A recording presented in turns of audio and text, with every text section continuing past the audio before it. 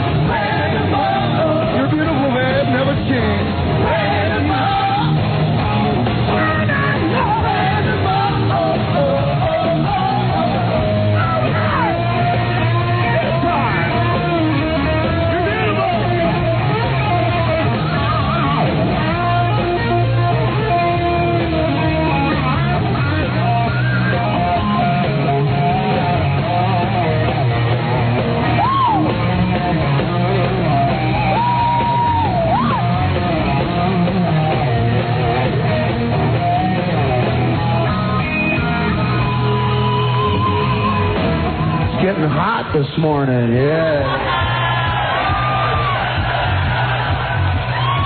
I don't know, maybe it's the humidity. I kind of like the humidity. And I said, feeling good. Ooh, baby, I said. Hold on 1 second there, Ronnie. Ready? Everybody happy so far here? She's fired. I'm tired. She's happy and in the bed. The period, she's volunteering, it's mobbing in. Ain't no stopping now. Bad mom. Ain't no bad mom. And I know. Yeah, bad mom. I know. And I know.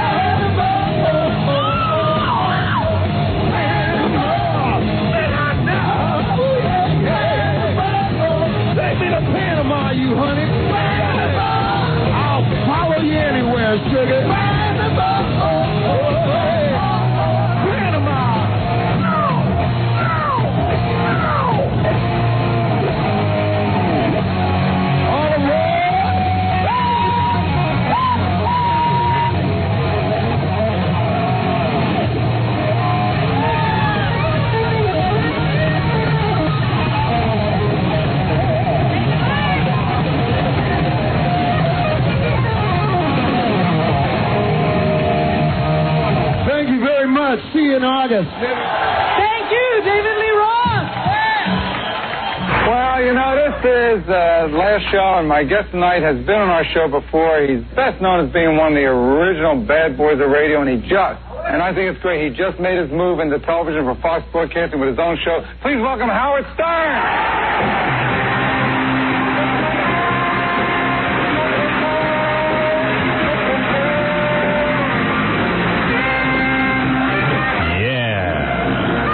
Some music. What show is this? David Brenner. Ah, very important music. Dun, dun, dun, dun, dun, dun, dun, dun, dun. Yeah. Good morning, everybody. Good morning to all my friends. I was just in the back room watching your tape of the Grammys, Rob, and trying to familiarize myself with the morning's content. Yes. Yes. So I'll have a few comments. I was able to watch some of it. I was going to say, you couldn't have seen much. Well, I saw about an hour and a half last night and then went to bed. You got to see Ellen do her thing. Yeah. I watched the Grammys and then I was rather restless. I got nervous that it was already 9:15 and I hadn't been to sleep yet, so I took measures into my own hand. And, wow. I hadn't done that in 3 weeks, so you can imagine the explosion. Why had you stopped? Just did. Never desire. Till last night. And you were going to sleep all right? Yeah. Maybe it's just, change of life. Change of life. Maybe I'm maturing, I doubt that. Yeah. I haven't seen any other signs. Well, you might.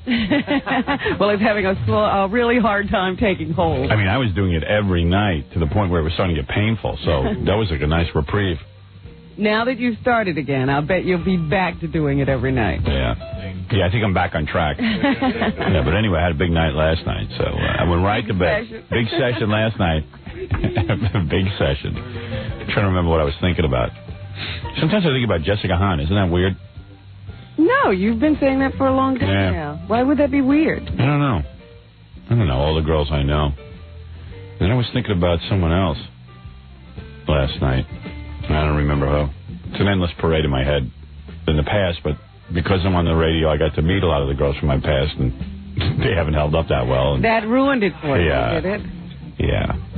So lately, I've been thinking about, women that I know now. Because it was funny. You used to say it had to be someone you had actually had. That's right. And then all of a sudden it stopped being that. I'd say within the last year it's changed, Robin. Yeah. Yes. Well, there's an evolution. That goes out the window. Yeah. Is that a sign of maturing too? No, everything you believe in, it suddenly changes. Your whole world is turned upside down. You know what I mean? You don't know what to think. Yeah, it's weird. It's really weird.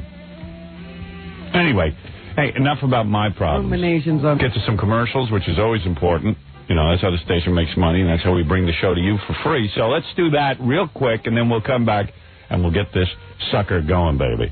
Right after these words. You're listening to The Howard Stern Show. 97.1. The Eagle. This is Richard Lewis. Oh, the whacker. I've been in show business when Howard was in junior high school.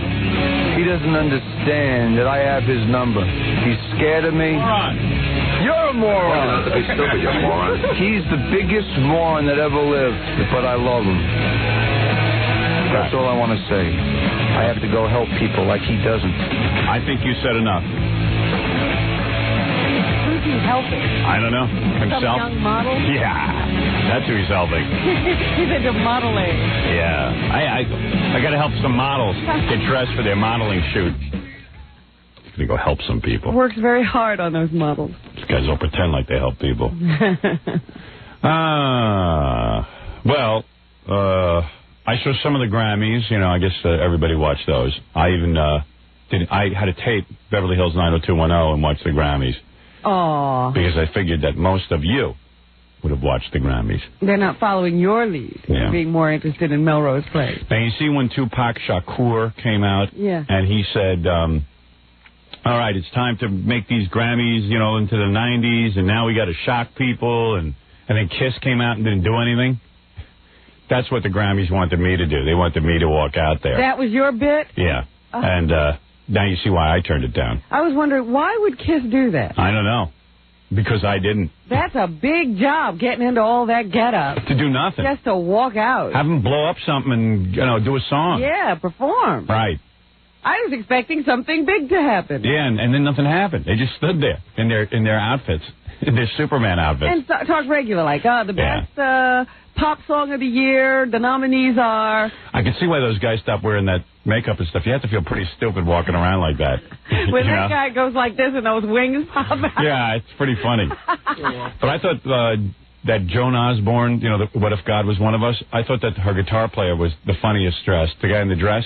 Did you see that? I didn't even notice him in a dress. Yeah, there was a guy to the right of her in a dress. I got to go back and look at that again. Yeah.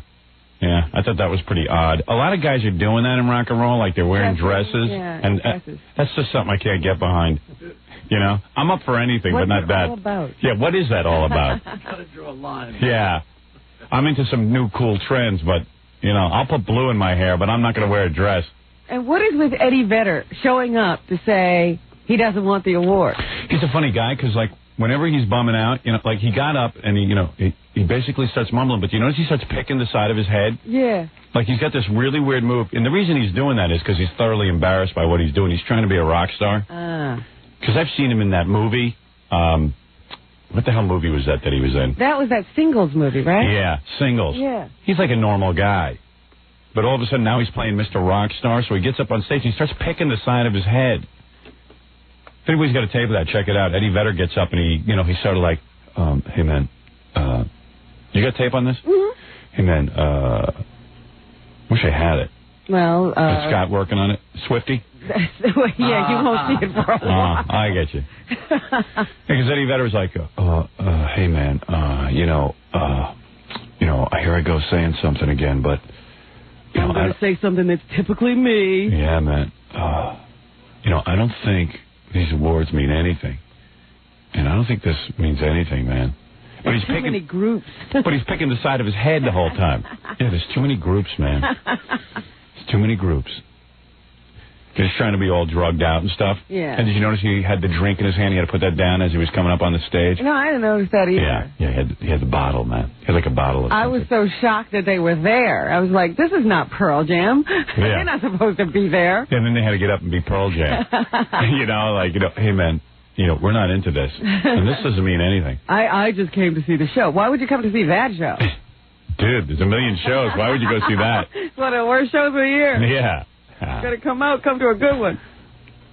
Well, they did try to hip it up a little bit this year with at least having songs that were on radio this year. You know what I mean? They made a conscious effort to sort of get into the... Right, true.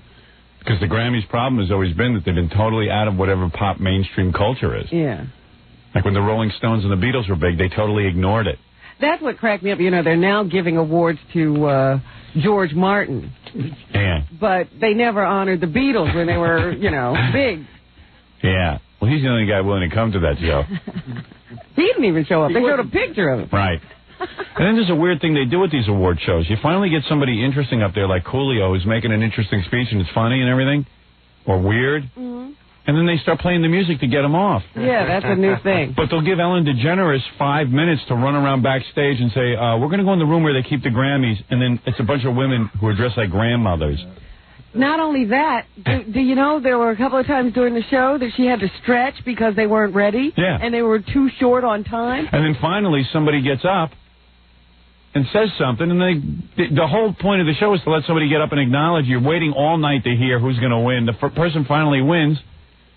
That is the only excitement in that show, that somebody will get up and spontaneously make a fool of themselves. Right, or just do something. I mean, they're supposed that's their time to read a speech. Or do something. Or not. Just a ramble. I love it when they ramble. Like even that guy from Hootie and the Blowfish was saying something. He got, bounced off. Not that I care about him, but I felt kind of bad for him. It was like, well, dude, you're giving this guy an award. Let him say something. It's like giving the award and taking it back. You're not important enough to talk about. Well, then they won a second award, and they just ran off the stage and just said, hey, no one wants to let us talk. Right. We've been told not to. It's too embarrassing to be played off by that music. Yeah. And Kulio was finally doing something interesting. And then, I don't know, like, they rehearse these shows like 900 times, and they go through the trouble of having this guy Kulio pop up through the floor. Did you even notice that he popped up through the floor? No, he didn't pop up through the floor. Oh, yeah, he did. Go back and look at your tape. He was standing in the back. No, you can barely see it. Really? What he was doing was coming up through the floor. You can see it right in the beginning, and then the camera cuts away, and then you see him, and you can't tell he popped up through the floor. How did you see that? It was Go back and watch the tape. No, he popped up through the floor, yeah. Wow. You got to look real close, like me. What the hell are you doing with these? I'm a loser. Because, no, it really bothers me when, the cameraman and the director miss the entire shot. That used to drive me crazy when we did the Channel 9 show, when I would set something up for 12 hours, and then they would miss the shot. And those numbers are rehearsed. Oh, please. It's not like a surprise if he's popping up through the floor. How scared did Kulio look when they lifted him up in the air? He looked like me and the fart man. He looked like he didn't know what was going to happen. If any, nobody. This is one of those rare things that I can relate to. I've been hoisted much higher than Kulio went. Yeah, in fact, he sort of hung there where you wanted them to start you. I would have been fine being where he was. Right. I was about 30 feet in the air. You were all the way up in the rafters. Over a blank pit. Just one dark black pit. Yeah, no lights. Nothing. If I had fallen, that would have been it. And not even a mark to land on. Yeah, it's really freaky. Did you see him though? He was nervous. Uh-oh. It's very nervous. It's very nerve-wracking when you get hoisted into the air on one of those things, and you look really stupid. I wonder why are they doing that even? When I did Fart Man, I tell you something. I was crapping my pants. Good thing they had that hole cut out in the back. I was wondering, was that like Kulio is dead now and he's going up to heaven? Was that what they were saying? I think it was a Jesus Christ symbolism, wasn't it? I don't know. I guess. I know he came out of the floor, so I guess he was coming from hell, and then he went up into heaven. I guess. I couldn't quite get what they were going for there. But it was cool. Kulio was wearing, I would say, about a $2,000 suit. Yeah. Which was kind of funny because it's like, he's so funny. He looks like, a crack addict in a $2,000 suit. Did you see how he walked out to get the award? That was funny. It was very good. You going to play that later? Yeah. Yeah. Yeah, that was a great speech. $2,000 suit and still very scary. Frightening. Frightening. And this TLC did a lip sync job that was very bad. I don't know why they bothered. And I think the funny one is the first one that comes out has that little mark under her eye. Is that the one that... the one who burned down her boyfriend's house. Is that the one who burned down her boyfriend's house? Eyes. Yeah, crazy eyes. That's cool. Or one eye, whatever they call her. I call her Crazy Eye. And Ellen DeGeneres is just so cute. I mean, she's so too cute for the room, you know what I mean? And I don't mean that as a compliment. And Joan Osborne, I want to congratulate the director of her video for making her look halfway human. Man, she's frightening looking. You got to pull back on that camera. She needs a manager to say, look, pull back a little. Oh, dear. Like what Joan Rivers has, Dorothy sits in the control room and says, pull back. And slaps some linoleum on that camera. Yeah, please, not so close. We did a TV show, had Joan Rivers on, and she shut down production until they found the right camera angle. And it was in the parking lot. Yeah. We had to move the cameraman into the parking lot. A Kulio posse. Kulio, like you notice those girls all come out. They have bands and guys who help them write and stuff, but they all come up alone, like Alanis Morissette, and who did a real cool version of that song, by the way. Yeah. She did something a little different. But all those girls, even though they have tons of help and they have a band and everything, they come up by themselves and accept the Grammy. Right. But Kulio came up with a frightening-looking posse. And he's still yelling for more people to get up. Yeah, right. There's like 900 guys made that record. Because Stevie Wonder actually wrote the music. Yeah. Yeah. Stevie wasn't there. Wait, no. Did you see Stevie Wonder come out on stage? Yeah. The people who were leading him, who can see, took him in the wrong direction. I found out those people who were leading him are blind. I said, that's hysterical. They don't know where to go. But that Kulio had some posse, huh? Half the audience was ready to hand over their wallets. Tony Bennett was cracking up because Kulio goes, I want to thank my 7 kids. Take my Grammy. Here, take and my fiancé. And my fiancé. Oh, God, please. She's wild, man. It looked like Wilding. He's got a fiancé and he's already got 7 kids. It looked like Wilding on the stage. It was great. He was the one interesting thing at the whole damn Grammys. But I was the guy who was supposed to walk out. With Tupac. Well, they had called my agent on the Grammys, and the Grammys have always been a bunch of dickwads anyway, and I can't stand them. All uptight jackasses. So they called up, and they were like, instead of calling up and saying, hey, obviously they needed me for that. Instead of calling up and going, please, we really want him to come out. We'll get him out there. Come on, it'll be fun. We'd love to have Howard. they still have that same stupid, sick attitude. It was like, well, you know, Mr. Buchwald, Don, we are possibly interested in Howard. I'm not saying we have a slot for him. I'm not saying anything. We're looking into it. There's a possibility. And, you know, and all of a sudden, it's like, see, that kind of attitude pisses me off. Yeah, it's like to pass judgment they're setting me up. They're going to maybe throw me a bone, some dog meat. So what I do is use you. I turn it all around on him. My agent just goes, what? Do what? What show? The Grammys? He's not doing that. He would never be associated with it. Does he want to be associated with it? What are you talking about? You mean you're considering him to walk out with who? Tupac who? What? You know, first of all, he's not walking out with anyone. Second of all, he's way too goddamn important for your stupid thing. You got everything boring going on there. You'd be the light of the show, and you call up with that attitude? Goodbye. Don't even bother us. If anything, you should be hosting it. Ellen DeGeneres. How boring was that? Is she funny? I don't know. I don't know what she's doing. Because I was sitting there, I said, well, I thought she was a comedian. I don't know what. Now she's just like, you know, she's trying to be America's sweetheart. But it was Year of the Woman. That's why she was there. She wanted She kept talking about booty slaps. I was like, what the hell is a booty slap? Well, did you see her little bit at the beginning of the Grammys? I saw her little bit at the end of the Grammys. No, it was the beginning. She danced with a bunch of guys and kept saying booty slap. She said it, but at the end she did a booty slap. No, at the beginning she did one. Well, she did it a couple of times. All right, then she did it at the end. That's when I saw it. Yeah, you didn't see it. That's why she was talking about it, but it was stupid. She's stupid. I never understood any of her references. She's a stupid broad. And that movie she did is stupid. The wrong guy. It's Ellen DeGeneres. A guy is so obsessed with her, he has to have her. He's stalking her. Can you imagine some guy stalking Ellen DeGeneres? Boy, talk about barking up the wrong tree. Well, you know, at least that you have to commend her on one thing. No costume changes. Right. She knew it wasn't necessary, and she didn't do it. See, if she was funny, she would have been like Cher. See, if I was hosting that thing, I would have been like Cher. I would have had 30 different costume changes. Absolutely. Bare midriff. She really could have done something. Yeah. That movie. The Wrong Guys.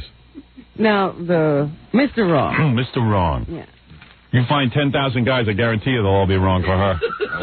I'll show you the right guy, but I don't know if he has a penis. Simple solution. All right. Totally believable movie. Yeah, so aside from Eddie Vedder picking his head every time he makes one of those stupid speeches and Kulio, you know, stealing the show, Joan Osborne's guitar player wearing a dress. But they light that thing so badly you can't even see that he's wearing a dress. Yeah, because I never noticed that. Well, they kept the lights dark for her.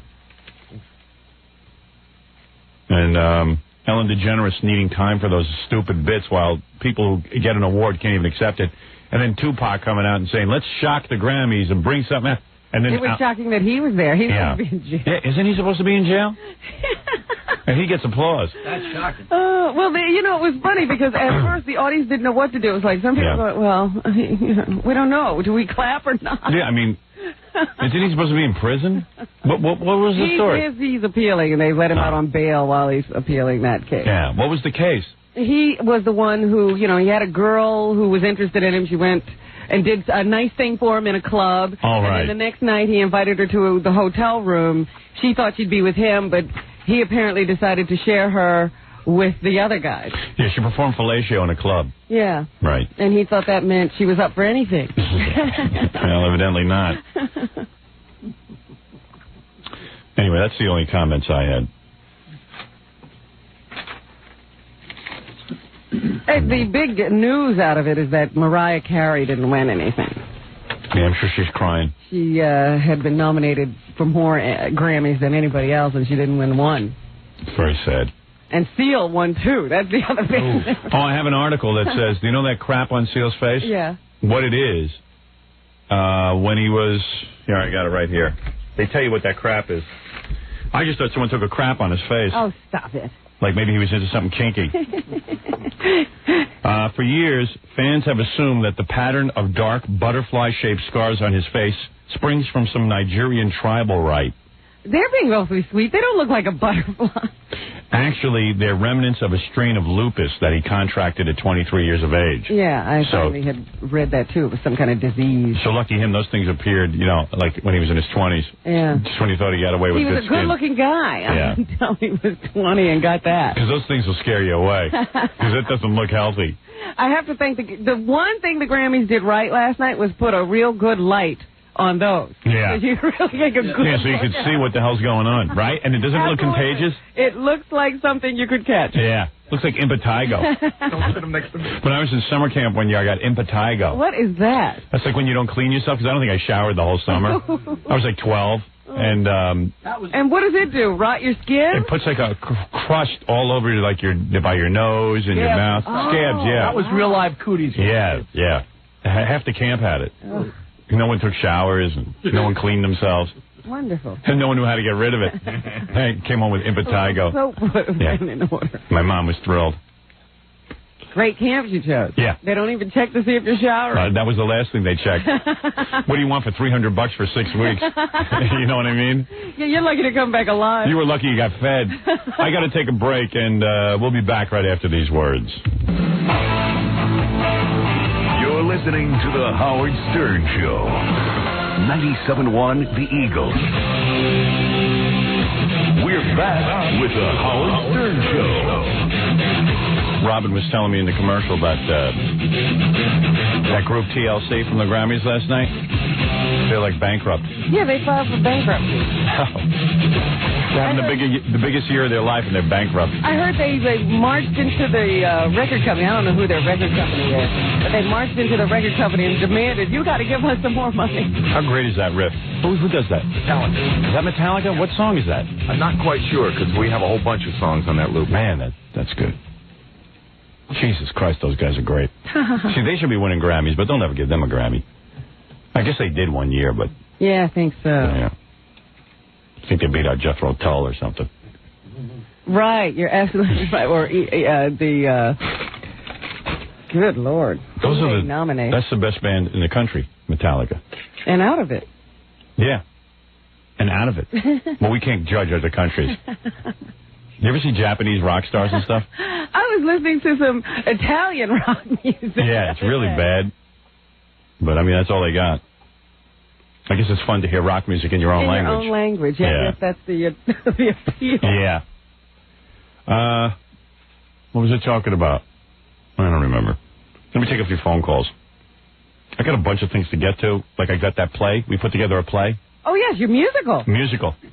We could do a musical for you. I've got Stuttering John Black History Month, which I got to get to today because today's the last day in February. I've got... This day doesn't usually exist. You're lucky to get this one. I know, because of leap year. What is going on with leap year? What does that mean? Every 4 years they have to add day? a day. Yeah. And that's today? All right. Yeah. What's today? The 29th of February. Oh, I wish that we didn't have 29th of February. I wish it was March already, because then it'd be Friday. They had to add an extra Thursday in. Damn it.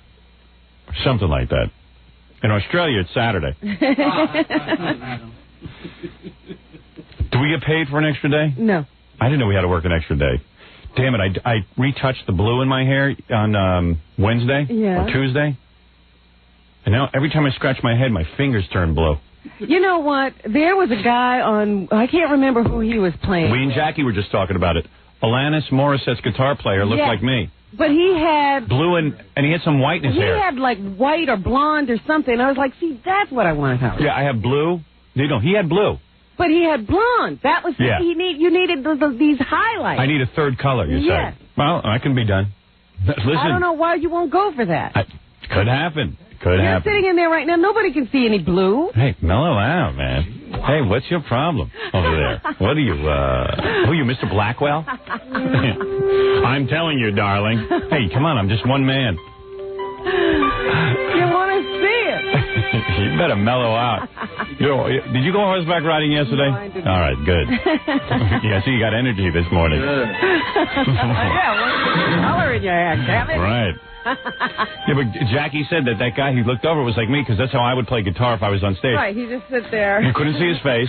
His hair was all in his face, right? Bent over and making the chords, and he just held his hands exactly like you do when you play guitar. And he actually, he plays doing guitar a bar chord, and he was looking down and looking at his hands. Yeah, because I have to look. I don't know how these guys play without looking. They must know the instrument. Fred, can you play without looking? Sometimes I can. Right. That's hard. Right. Hey, what's with that? Do you know that black guy in Hootie and the Blowfish, who evidently isn't Hootie? Yeah, I guess that blonde guy is Hootie. Yeah, he gets to talk, the blonde guy, but no one wants to hear what he has to say. Well, I guess, because he's a black guy, he's got very thick beard hair. Yeah, did you see that? He's got all razor bumps and They Hootie. shot under his neck for whatever reason. Yeah. You could see all that stuff. What's going on his neck? He's molting. Molting. Hey, you're on the air. Hey, dude. Hello. Hey, how you doing? Hey, what's up? Did Kulio last night win the award? Yeah. For best music thing? Yeah, he should get an award for the best speech of the night. It was like we're going to play all that for you. We'll do a little recap. But Scott, the engineer, he has to smoke a few cigarettes, and then he'll get in here with it. Well, in all deference to Scott, you had the tape looking at it. So. Oh, you mean that was the tape he was supposed to be working from? Well, that's the tape he's going to work from. Oh, Jesus. I told Ralph, don't take Scott's tape if that's what he's using to work from. I hadn't given it to Scott yet. I was still mulling over what I wanted. I see. That's where it comes from. Oh, I see. Great. That was good. Good system. You asked for it. I got it. Besides, he wouldn't have had it now anyway. It doesn't matter. Yeah, right. Like, it would have made a difference. My wife is so weird, man. I love her and stuff, but like last night I'm going to bed, and I was talking to her about the movie because I had been talking to various people about the movie. So she says to me last night, just like out of the clear blue, like I'm going up to get to bed, and she goes, I really want to be in the movie. And this has been like the fourth person that day that I know that wanted to be in the movie. Uh-huh. The guy who trains me, trains me. The guy who has me lift 12 pounds. Who watches you lift weights? He's taking acting lessons. He wants to be in the movie. Uh-huh. Jackie's wife has submitted a resume and picture. Really? Yeah. She went through channels. No, she did. She did it the best way. What did she do? What are the channels? She wants to give it to the casting director, which is cool. But did it go through you? No. But Jackie asked me for the name. That was all right. Okay. But, it just... No, I think it's on its way to you. Oh, it is?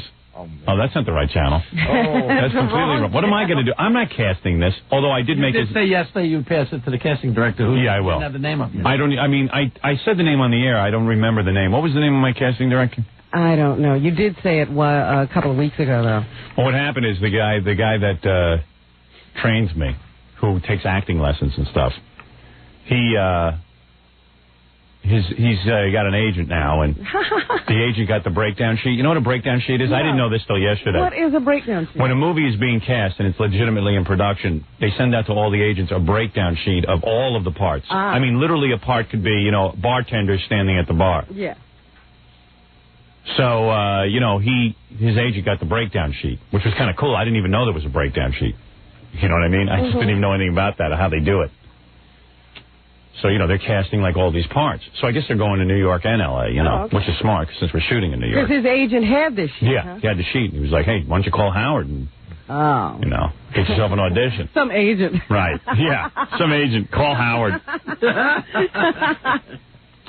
And then someone else had hit me up. Let's see, it was Jackie in the morning. And so then I'm going to bed. And my wife, and I said to her, Jonathan wants to be in the movie. Nancy got me a resume. And then she goes, I really want to be in the movie.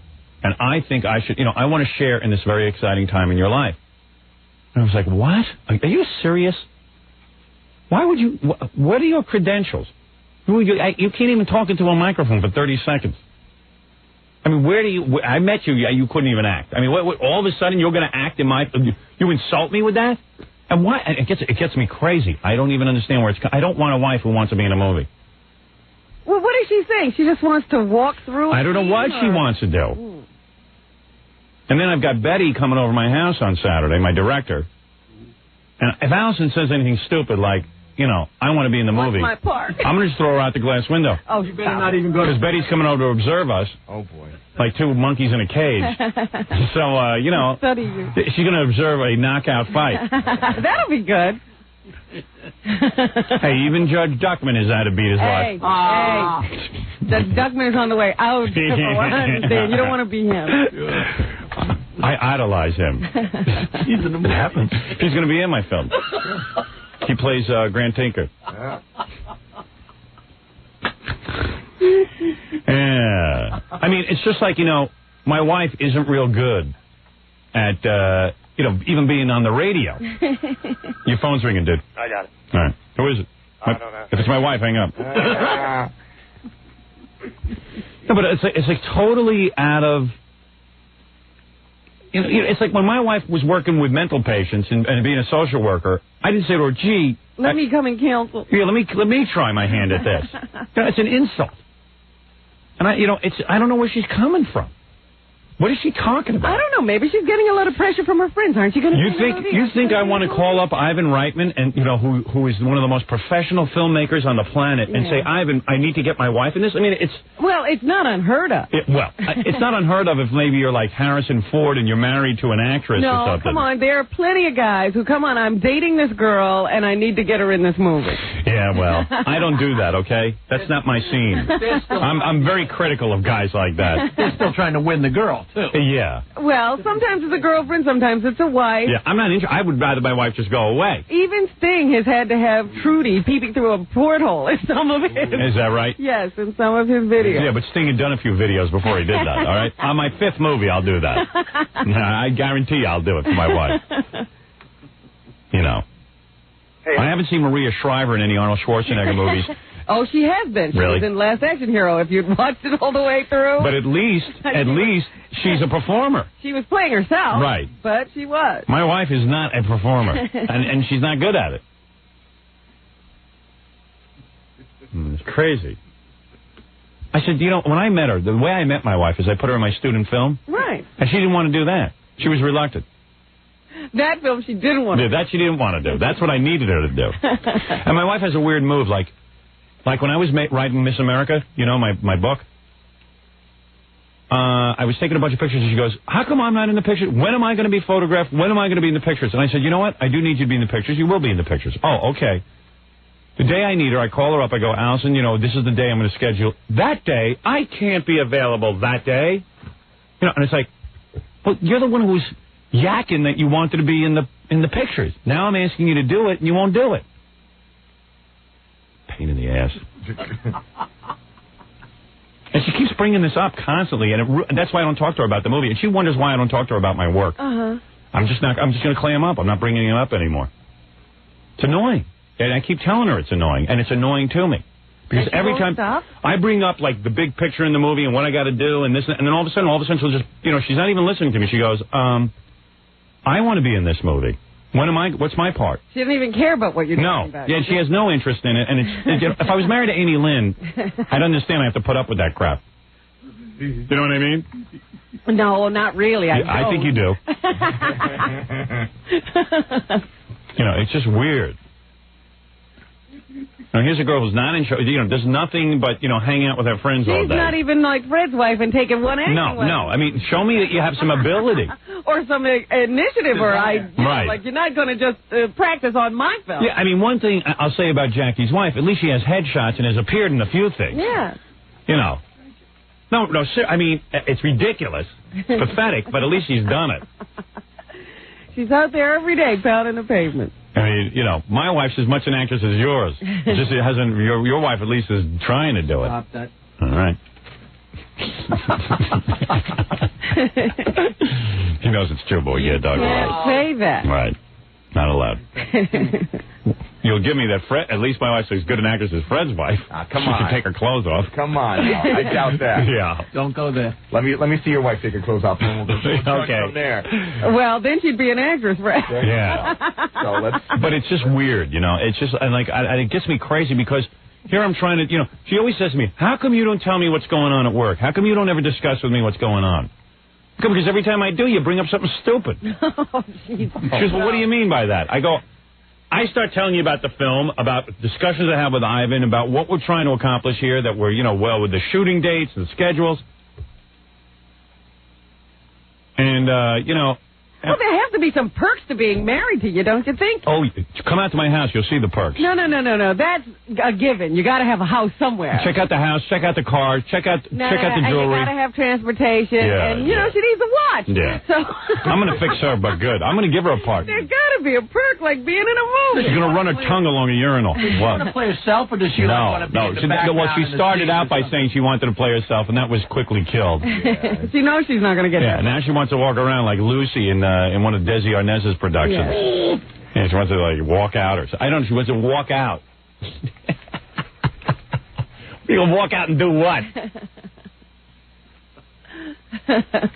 I need a regular wife. That's what I wanted. She's growing in the opposite direction. Uh-oh. That's right. And what she could do is she could leave me, marry some other guy, and go be an actress, like Fred's wife did. Change completely. I ain't interested. You're not going to marry any actors. Huh? I'm going to bed, and it's like, I've just let's have a nice discussion with my wife, And it's just like, this is so boring already with her. Would they want to be in a movie? I want to share in this special time. You go, I don't want you to share in it. Well, you could share in it by listening to you talk about it. Right. Well, that would be nice. She shares and everything else. Well, why don't you get up at 4 o'clock in the morning? Yeah, like come here every day. Yeah. Well, this is what we do. She does that once a year for the birthday show, and she collapses and complains the whole rest of the day. You don't hear anything for 2 weeks after that. Yeah, right. Allison Hepburn, I'm married to. Yeah, I'll be in the movie. Everyone I know wants to be in this movie, and it's like, all of a sudden, because you finally, now, it was almost an impossibility to get this done. Oh, yeah. This is a major undertaking to finally get with a guy like Ivan Reitman, right, get a good script, and actually be making a movie. Well, for the whole 2.5 years, I was fighting this film company saying that the script sucks and it's not being done right, and the script is just not being handled. I mean, I didn't hear anybody say they want to be in this movie. You know what I mean? Now that you've actually, it's going to happen, and it's going to be good. Right. Everybody's like, then I'll be in it. Get me in this movie. I'll just talk to Howard and I'll be in it. Yeah, and every amateur, professionals haven't approached me, it's amateurs. You work your whole life. Yeah, I work my whole life. So now everybody's ready to just do an amateur film production. Yeah. And I could do a charade. I could say to Ivan, you know what, do a day, let my wife walk around, and we'll just edit it out. Yeah, you just cut it. Yeah, cut it out, cut out the scene. But that's money. Not only is it money, I'm not unprofessional. I don't waste people's time. But if somebody is investing money in you for a production, to say, hey, use some of that money just to, Right. Please. Amuse her. Yeah, right. To amuse your wife, so she can have some fun on the set. My wife doesn't understand the complete impropriety of doing something like that. There is such a word. Thank you. Yes, you had a question? Or a statement? Is Jackie still taking the 59th Street Bridge? Oh, yeah. What, in the morning? Yeah. Probably, because it doesn't cost any money. And it adds about 10 minutes onto your commute, but... And he's got to go through the bad neighborhood. You still taking the 59th Street Bridge? Oh, you started taking the LA? Yeah. I was springing for it. You know it's going up. Hey! It's what? It's what? What's it going up to? I don't know. I heard something about something being raised. I haven't heard what the price will be yet. It's $3 now. It's a lot of money. Not for Jackie, because he works every night. Seriously, you take the LIE in now? No. What do you take? Take the bridge. The bridge. Of course. The quickest way. It is not the quickest way. It is so not the quickest way. You got to get off the LIE. So not the quickest way. It is so not the quickest way. Don't try to make me out to be a homo. You bone smuggler. You know what I'll do? I'll take a stopwatch and go both ways a couple different times. All right, fine. Take your stopwatch and do that. The last time I've done it a million times because Ronnie used to take the 59th Street Bridge. He was saving himself $3. I said, Ronnie. Not to save the money. I said, sure, Jackie. It's not to save the money. I guarantee you the tunnel is 10 times quicker. I mean, you can shave 5 to 10 minutes off. First of all, you get off the 59th Street Bridge. First thing you hit is about 5 lights.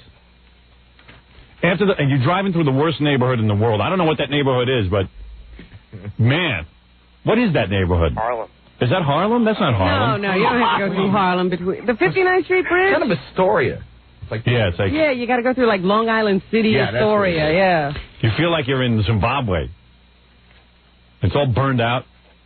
Oh, it's dark, Howard. It's not burned out. I don't know, but it's real bad. City for a quarter of a mile. Yeah, that's the longest quarter of a mile there is. That's the longest part of the trip. Yeah. And it's just, you know what, you're sailing along and then suddenly you got to get off and you're stuck. And all those little, it's like an industrial park you're driving through. Yeah. I think I started taking, for a long time, there was so much construction on the LIE. Wasn't there? Is that all done now? You're just cheap. He is so cheap, man, and he just doesn't see it. Oh, you call He calls everybody cheap, but he's like the cheapest guy. He is the cheapest guy. He squeaks. Yeah. Last one to reach into that wallet. The last one. Thank you. Thank you. I love you, Howard. Love you. You're the righteous brother. Oh, thank you. The tall one or the little one? The tall one. All right, thank you. With the big, deep Frankenstein voice. Lost that loving feeling. Whoa.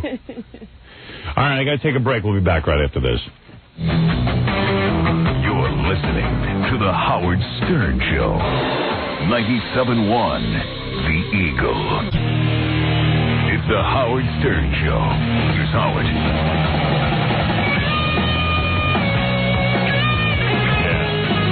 Hey, one more note on the Grammys. The dude from Blues Traveler, John Popper, who was good enough to play on my birthday show and has been a guest here on the radio, he won a Grammy last night. You know, the Blues Traveler band won a whole Grammy for their new album. Their last album, actually. And their current album. Yeah, now, I don't think he got to be on the regular Grammys. No, I was just going to tell you, he won an award, but it wasn't presented on the air. And backstage, he freaked out because he did promise us that if he won the Grammy, he would get up on stage and mention me. So he was great. He was talking to the press and was very kind again. Hey, he's a really good guy. That new video of theirs is real good, too. I like that video. Yeah, except for Ken Ober sitting there naked. Well, I ignore him. Yeah. You know, it's really weird. The videos now have gone completely opposite. In the 80s, it was always like almost naked chicks. And now it's like naked guys. You know, I noticed that the women have disappeared from the video. Yeah, because it's not cool. They took themselves right out of the video. Yeah. They used to get jobs. It's time to bring that back. Women always talk themselves out of work. Have you noticed that? Yeah. They all start screaming, it's disgusting, it's sexist. Okay, now there's no women. And now they don't work in That's right. That's good. And by the way, Alanis Morissette was a lot better looking than I ever thought. I don't know what she did. Did she get a nose job or something?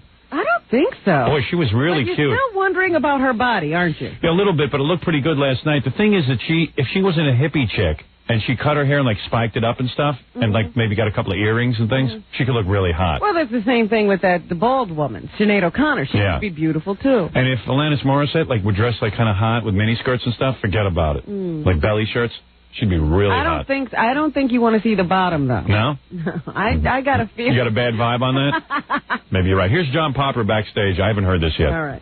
I do have to apologize in that I was supposed to thank Howard Stern and say Baba Booey, but I was so nervous and I pulled the ligaments on my knee that the pain was starting to set in. And the guys weren't here and I was pretty freaky, so I'm sorry. And if someone could get that word to him, I'm very, very sorry. All right. Thank you. Oh, so in other words, he gave the regular old Grammy speech when he got up on stage? Yeah, but he was real nervous. Popper also issued a blanket endorsement of Howard Stern. Quote, he's the philosopher of our age. If you just accept that, the world would be a better place. That was pretty nice. I don't know where that tape is, but he said that too. And here's a little bit of Joan Osborne performing her big hit song. What if Fred was one of us? There it is. Just a guy like They changed the lyric. What if Fred was one of us? What if Fred was one of us? Was that for the Catholic Church? Yeah. They changed it because she wasn't allowed to say what if God was one of us. So they made it what if Fred was one of us. Not a guy from Mars, but a regular human being. Right. She had a cold. A lot of people excited about that. So we were mentioned twice in the Grammys. You know, the show. What if Fred was one of us? Just a guy like one of us. Could you imagine that if Fred was one of us? What if Fred I don't know what that would be one of us? Can you... I don't know when to... I'm trying to schedule my morning here. I'm totally paralyzed. We have so much to get to, and I'm just trying... I got the Black History interviews. Oh, this is pretty funny. I was... I'm sitting at home yesterday, And I was thinking about that. I was just reading People magazine. Mm-hmm. Oh, so was I. Isn't that interesting? Doing my research.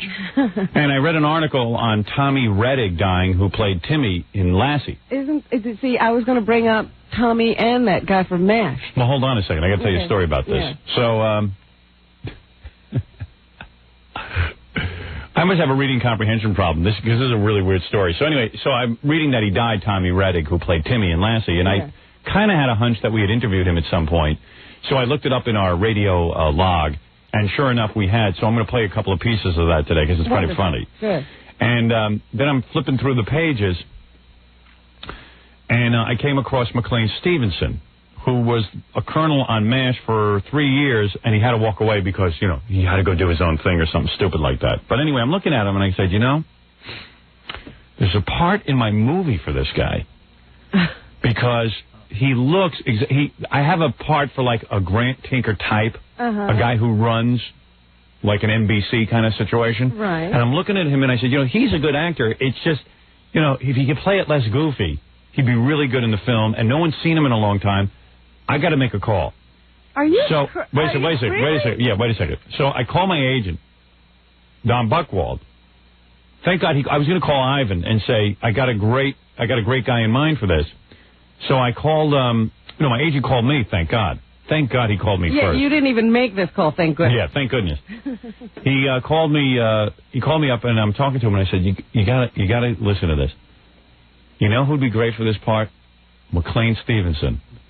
He says, he starts laughing. He goes, right, you goofy. He goes, stupid. The guy died last week. I said, can you imagine if I had made that call to Ivan and said, get McLean Stevenson? How could you look at the article and start thinking about how good he'd be for I didn't look at the article. I just looked at the picture. You know what I mean? I didn't really, I just said, this must be one of those, whatever happened to pieces. It's in big, bold letters. Is it? Yeah, that's why I said, how could I have missed that? So I'm like, I started laughing. Because what if Ivan didn't know McLean Stevenson was dead? And you're running around calling his wife. Well, there's a famous story about that. Like you call up McLean Stevenson's agent, right? Yeah. And, of course, no one knows McLean Stevenson's dead. You call him up and you say, hey, we got a great part in this film for McLean Stevenson. Agent says, let me talk to McLean, I'll get back to you. So he calls McLean's house, and the agent finds out that McLean is dead. And the agent calls back the guy making the film, and he says, listen, McLean is very honored by your offer, but he turned it down. It's not enough money. Because agents can never, can never say no. They can never say no. I have a part for Tommy Reddick, too. The funny thing about Tommy Reddick was at one time he was on this campaign for responsible drug use. Yeah, well, we have the interview with him, and we're going to play that later in the show. I also have Stuttering John's Black History Moments. I have a complete musical play that we can do starring several cast members from this show. Wonderful. It's a fantastic play. But the thing about Tommy was even he had to give that up because he discovered he couldn't be responsible and take Right. Yeah, well, you'll hear him. You'll hear the last words of Tommy Reddick. He was a pretty sad guy. He was actually a young guy. He was in his 50s. He wasn't that old, but according to his girlfriend, he would just eat like chocolate, and he wasn't fat or anything. He would just eat chocolate and high cholesterol foods all the time, and he died of heart failure. Yeah, he just dropped dead. I say he died of fattening food. But he was like Timmy on Lassie for 3 years, except he grew up too fast. They had to dump him. And then they had to, and then, I don't know, he went off and got involved in responsible drug taking. Well, he got all angry at Lassie. Yeah. Lassie ruined his career. Right. He was typecast as the little boy with the dog forever. So he couldn't act, and then he finally started on this responsible drug abuse thing. Yeah. Lassie should have brought him a salad instead of a chocolate bar. So he played Jeff. He didn't play Timmy. No. Yeah. That's what we always used to get them confused. Yeah, well, it's kind of funny because we almost hang up on him once we find out that he wasn't Timmy. But anyway, we'll have Tommy Reddick's story for you later in the show. But the other thing about the Colonel Henry Blake thing is that McLean Stevenson died, and then the guy who played Colonel Henry Blake in the movie died.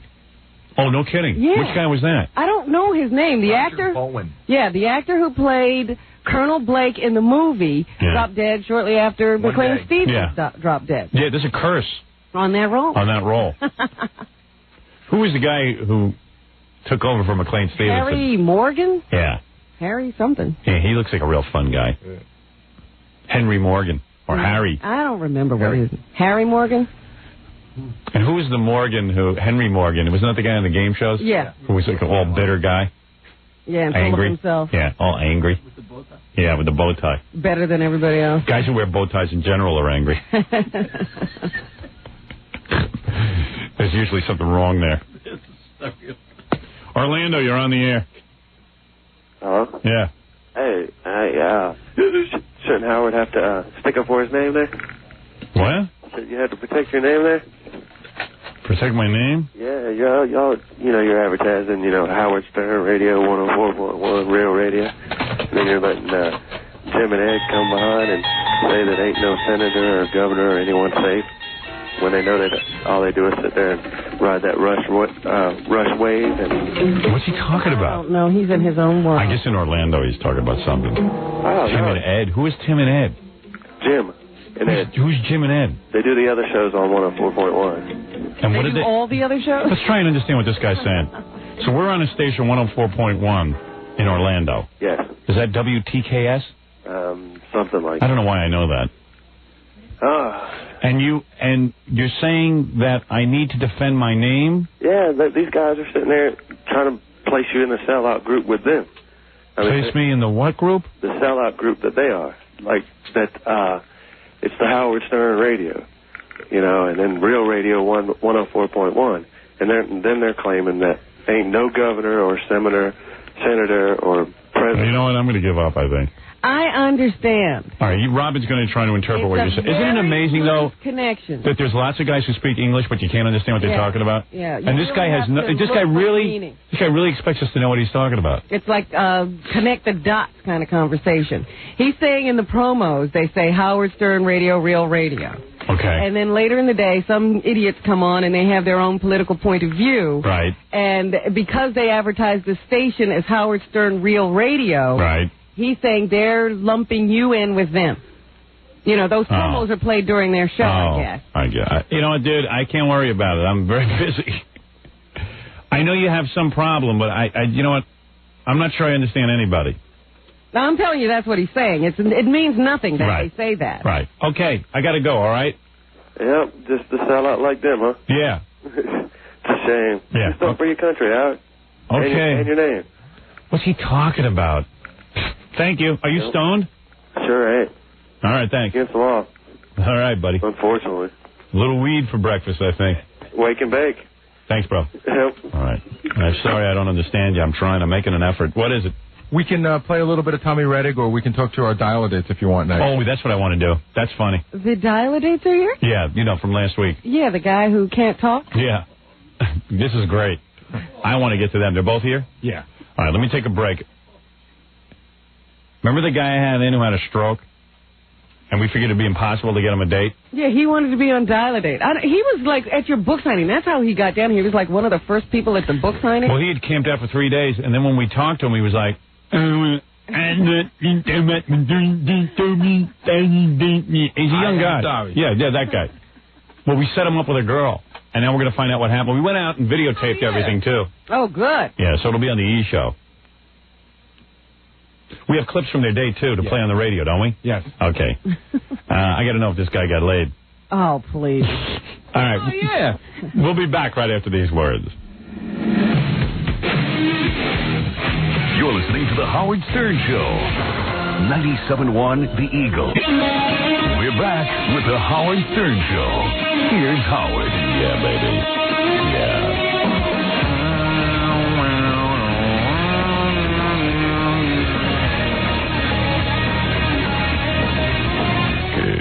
I can't. Yeah, that country girl on the Grammys, she wants to be nude, you're right. Shania Twain? Shania Twain. She's like a penthouse pet who can sing. And her husband is this guy, Mutt Lange. You see, I didn't know this. Gary just told me. But Mutt Lange was the guy who made all the Def Leppard records. And he's a really good, Foreigner. He's a really good producer. And everyone wanted to work with him in the 80s. I thought he was in rock and roll. Yeah, well, he was an incredible producer. He was the guy responsible for all those bands in the 80s. He worked with Aerosmith and stuff. Everybody wanted to work with him. So he marries this piece of ass, and he produces a record and basically uses the same approach he uses in rock and roll, except he put a couple of country, twangy little guitars, a couple of strings in, and now his wife's like a piece of ass who teenage boys idolize. And well, last night that outfit, I mean, it just covered her top and her bottom, beautiful. And the rest was open. Gorgeous girl. Would you throw that jacket on? Because she just wants to walk out totally naked with a pair of boots on and sing for everybody. I think, her country fans, sometimes they get a little upset if you're too risque. Yeah. So I think that's what the jacket was for. Yeah, she's hot, man. And, supposedly she just went to a mall. They had Fan Appreciation Day. 15,000 people showed up. She wasn't singing. She just, stood up and waved to people. Big guys just showed up. So the same guys who are buying Alanis Morissette records, like rock records, are buying Shania Twain records. Because that's how she looks? Yeah, because they got a hard-on for her. God. I mean, and she can, she sings, adequately. She can sing, country. Yeah, she sings country, which isn't really singing. It's like rap. Although the best performance was Kulio, because he came out of the floor and then he went up in the sky. That was good. And he had the best speech. We'll play you that Grammy stuff later. Right now, I want to... You're listening to The Howard Stern Show. 97.1, The Eagle. Hi, this is Gabrielle Reese, and you're listening to Howard Stern. That desperate, sex crazy guy. So we're going to be playing some Naked Twister. Hey, now. This is going to be interesting. Hey, look at George Bob dancing. Look at him. Calm down, man. Yeah. Get another stroke. You keep up like that. Stop moving those hips. Turn me on. Bob. 2 months ago, I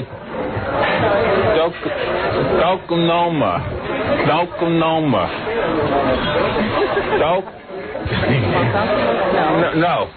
I moved. You moved? Okay. Before I moved to Oklahoma. In New York? No. North Dakota? That's okay. Me. Sorry. No. I lived at Oklahoma. Out west? What? Is it out west? Yeah. Not California? No, not that far west? No. Texas? No. A little farther east or west? No, do it at Oklahoma. New Mexico? No. Nevada? No. Arizona? Dalton. Dalton. Sid. That's why I do Sid. At Oklahoma. Dalton.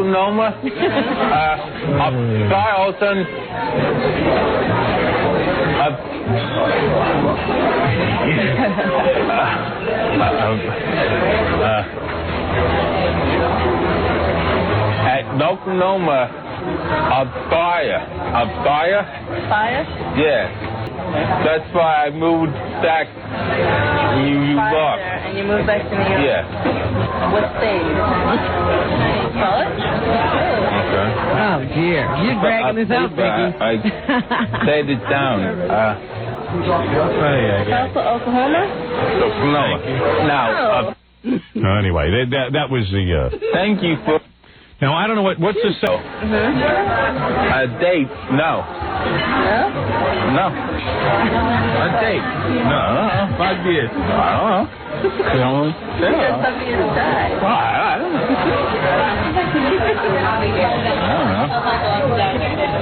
I don't know what they're talking about. You're listening to The Howard Stern Show. 97.1 The Eagle. Hi, this is Alan Thicke, and you're listening to The Howard Stern Show. As I am. Who told you that? Actually, I'm talking now, so I'm not listening to anybody. Actually, I lied about the whole thing. I don't even know Howard Stern. You are a liar!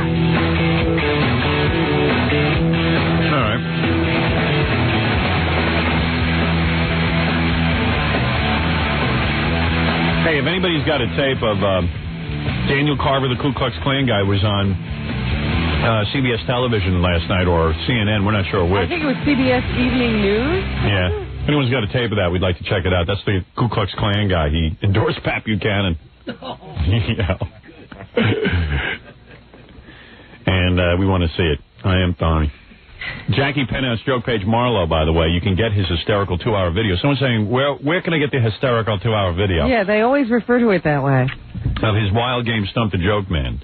Now, that's $15 plus $4 shipping and handling. Jokeland special, buy 2, get 1 free. Call 1-800-323-KING. Does anyone win on the tape? Like, in other words, does anyone stump you? A few. A few. Did you edit out all the people who stumped you? Or no, the game is left as is? It's the 4 raw half hours. So it's a 2-hour tape. Wow. What fun. Boy, oh boy. Imagine that. I want to meet the person that sits right through it. You know what I sometimes do? That's a good one. I sometimes, put on a tape and get on my exercise bike or something, and 30 minutes and 30 minutes on the bike. If you exercise during Jackie's tape, you'll be anorexic by the time you get off. Thursday night, March 7th at Rascals by the Shore in Ocean Township, New Jersey. A rare opportunity to see Jackie live before he goes into retirement. For Jokeland's web address and Sergeant Pecker info, call 516-9221. Is that retirement imminent? Well, sometimes Jackie will do a live appearance and wait 2 or 3 days before he does another one. So try to get in on that quick. They're talking about me. What do I care? It's publicity. Right. Oh, asses in the seats. Right. The longer he talks, the more asses I get in the seat. I get those suckers' money. You're a real good plug. It's supposed to be snow this weekend. Yeah. You know how hard it is to fight against snow.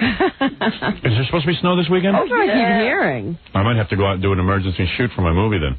Really? Because we need a scene with snow. So. And you want it to be real snow? Yeah. I'm going to pay for one of them goddamn snow machines. I think that fake snow is just good. That's a $20 million budget. Good. Yeah, but it's not as cool. So, Betty, if you're listening, I'm available for a shoot. Quick shoot. Yeah, where's the crew? Crew? They got a pickup crew. Here's the E-crew. I didn't get it. I didn't get the shot. Could you do it again?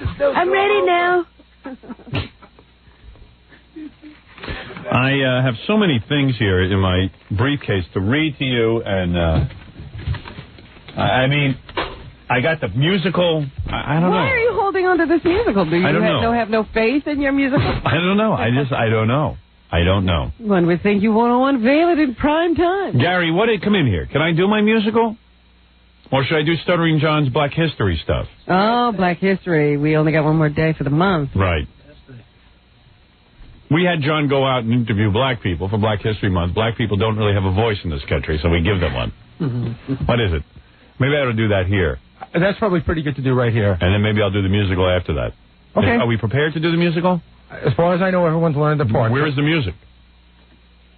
I thought Freddie put this whole thing together. So I don't know. I can't get an answer from him because he stares at me. Fred handed me a piece of paper and said, learn the song. That's all I knew about it. Right. So let me talk to Fred and see what's going on. He will not communicate with me especially. Sometimes he'll talk to other people. He usually talks to Jack. I think this is it right here, but What music? And Fred ran out of the room, so I can't even ask him.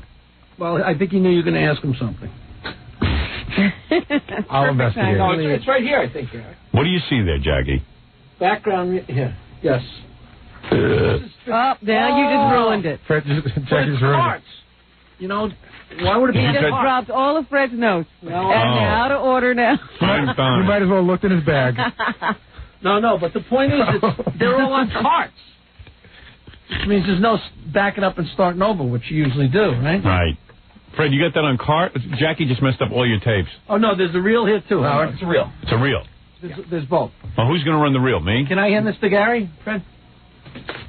Yes. Let me have that. Give it back to Freddie. He doesn't want to show Fred that he dropped all of his papers. That's okay. They're not Fred's papers. It's the script, you yenta. Howard, can I take over for just a second? Yeah. Freddie, if we had to start this right now, is everybody prepared? Are we ready to go? No, I don't think it's safe to start right now. No. But Fred, you're prepared after the Black History conversation? I'm as prepared as anybody, as long as we have copies of the script, which we do, Jack, or not. All right, okay. That was going to be photocopied. If I don't sit and say, make copies of this, it never gets done. I said. What? You said to who? To Jackie. Mr. Head Writer. Oh, you told Jackie? Yes. To make copies of this? Yeah. Why don't you tell one of the interns, or tell Gary? Jackie doesn't make copies. Are you going to be in here? Come on, I will do this. Hand it over. Fred has this weird thing where he tells Jackie everything. Well, Jackie is the head writer. Yeah, but Jackie's in the room. I mean, there's no intern in the room. But Jackie's going to only have to... Jackie has easier access to walk out and tell one of the interns to do it than I do. I see. Am I right or am I wrong? And no, as you're head right. writer, you think he's... And you know that Fred never leaves the room. Right. Never. Well, you can run the commercials for me if you want, Jack. I'll make copies. Nobody said make copies. For Christ's sakes, Norris. This is a 5-second play. I know. Sorry I ever got started with it. Could we have an intern in here, please, if you guys aren't too busy? The morons right here. Stuttering John actually is an intern. I know, but right now he's a star. So Right. He's in a That's the problem. Everyone's a star. He's wearing his interviewer's hat. I'm currently not a star. But you know what happens? I scream for everything, and then what happens? This could have all been taken care of without me being involved. In a commercial break. Now Jackie's going to. Now Jackie's going to explain Gorilla what to do. No, I did it. On the air. Yeah. All morning I said, "Where's the script?" And all morning you said we're going to get to it. Doesn't matter. Doesn't matter. Nobody panics around here. All right. Now, where were we? I think you were going to talk to John now about Black History Month. All right. Sit in the chair, John. Thank you. Let's see if I can make this happen. Hero of the Stupid. Now, for Black History Month, you went out and you talked to black people. Yes. Where did you go? And you named the place. They're all over New York. Yeah. You can find them everywhere. They are all over New York. What? No, she asked me where I went. Yeah, where did you go? I went to my favorite hangout. I go to the Port Authority. Oh, you went down there? Yeah. John must be a legend down there because these guys are homeless. Yeah. And as soon as John walks up, one of the guys goes, I know you're going to ask me about OJ, aren't you? Well, I like give him $1, you know. You give him money. Yeah, I take to care get these of it. interviews. This is not news. This is paid interviews. Oh, it's so cool, though. John interviews this guy. The first guy he's going to talk to interviews the guy for like 9 minutes. Yeah. Right? The guy's really, really good. John gives him $1. The guy takes $1. And he takes it, puts it on a comb and starts playing songs on his comb. Then the guy asks John for another $1. John goes, beat it, I already gave you $1. Well, hey, so cruel. That's show business. John, the guy took a comb and made a... Yeah, you should see. Yeah, it sounds like a harmonica. Yeah, very industrious. Plays a great blues song. All right, let's see what people had to say about the various topics concerning the black community. Let's see what's going on. A lot of different things.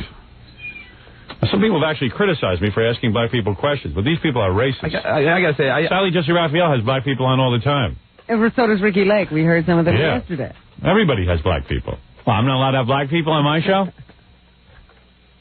Nice. Oops, that was the date. Don't want to go back there. Oh. I tell you, this is some equipment I got. I'm hitting a button and nothing happens. Look at this. And you used to say it was just the the CD players. Right. It's everything here. Here we go. Mr. W. Secretary Radio, I want to ask you, what are you doing to celebrate Black History Month? Huh? What are you doing to celebrate Black History Month? Well, I don't know how to read and write. But what I would do, I wish we can get better. Doing what we're doing now, we homeless and down, and I need some help. Right? And so many people down and help. And everybody asks the question like that, please help us out. Well, there you go. There's So he's asking for help. For Black History Month. He didn't even answer your question. Shouldn't have given him $1. She said, you better stick to the topic, buddy. This reminds me too much of George and Bob. I'm ready for the play. Too many dollars in a row. Yeah, it's just, I can't take it. I can't handle it. It's overwhelming. I'm just so tired. You're depressed now. I am depressed. I don't know if I can hear this right now. I'll hear a little bit more, and then I'm turning it off. For Black History Month next year. Okay, let me ask you one other question. I'm going to give you $1, by the way. What thing or movement should black people be proudest of? Well, say that again? Like, what thing or movement should black people be proudest of? Black people proud of stuff, get their freedom. Cause they don't have their freedom, cause we get locked up for any little thing we do, but white people don't get locked up. Well, there you go. And we do something. Oh, OJ didn't get locked up. I take umbrage with that statement. What do you mean we don't get locked up? White people get locked up all the time.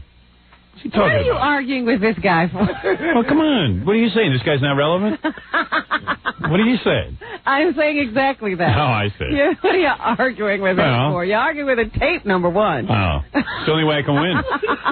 I got 3-year probation. I ain't never seen my probation. 3 years probation? And he's never seen his probation. I got news for you. I wish he got more probation. This guy should be on permanent probation. He never saw it. What does he mean he never saw probation? I don't know. But white people, they the best in my heart, though, because they gives me anything that I want. I hustle in the street, and I'm homeless, and I need somebody to help me. And only white people do is just help me. But my people is not together.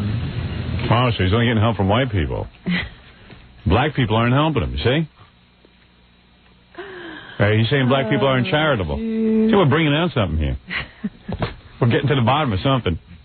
Go on. Yeah? So he's saying that white people are the ones who help him. Yeah. Right. But. There's always a but. Yeah, but. You ready to hear the but, or you just want to just drop this whole thing? He already butted a lot, and then he said, but they're the ones who helped me. Right. What you in jail for? Well, I was in jail for, not in jail, just by lying on me. And I never did no fake time, never had a record of no fake time. And I'm supposed to be in the court today. What'd you do? I'm sorry, I didn't hear you. I'm supposed to be in court today. Oh. But I cannot make it because today I can't. Today's tied up. Busy. He's busy today. He's supposed to be in court today. For what? No, he won't say.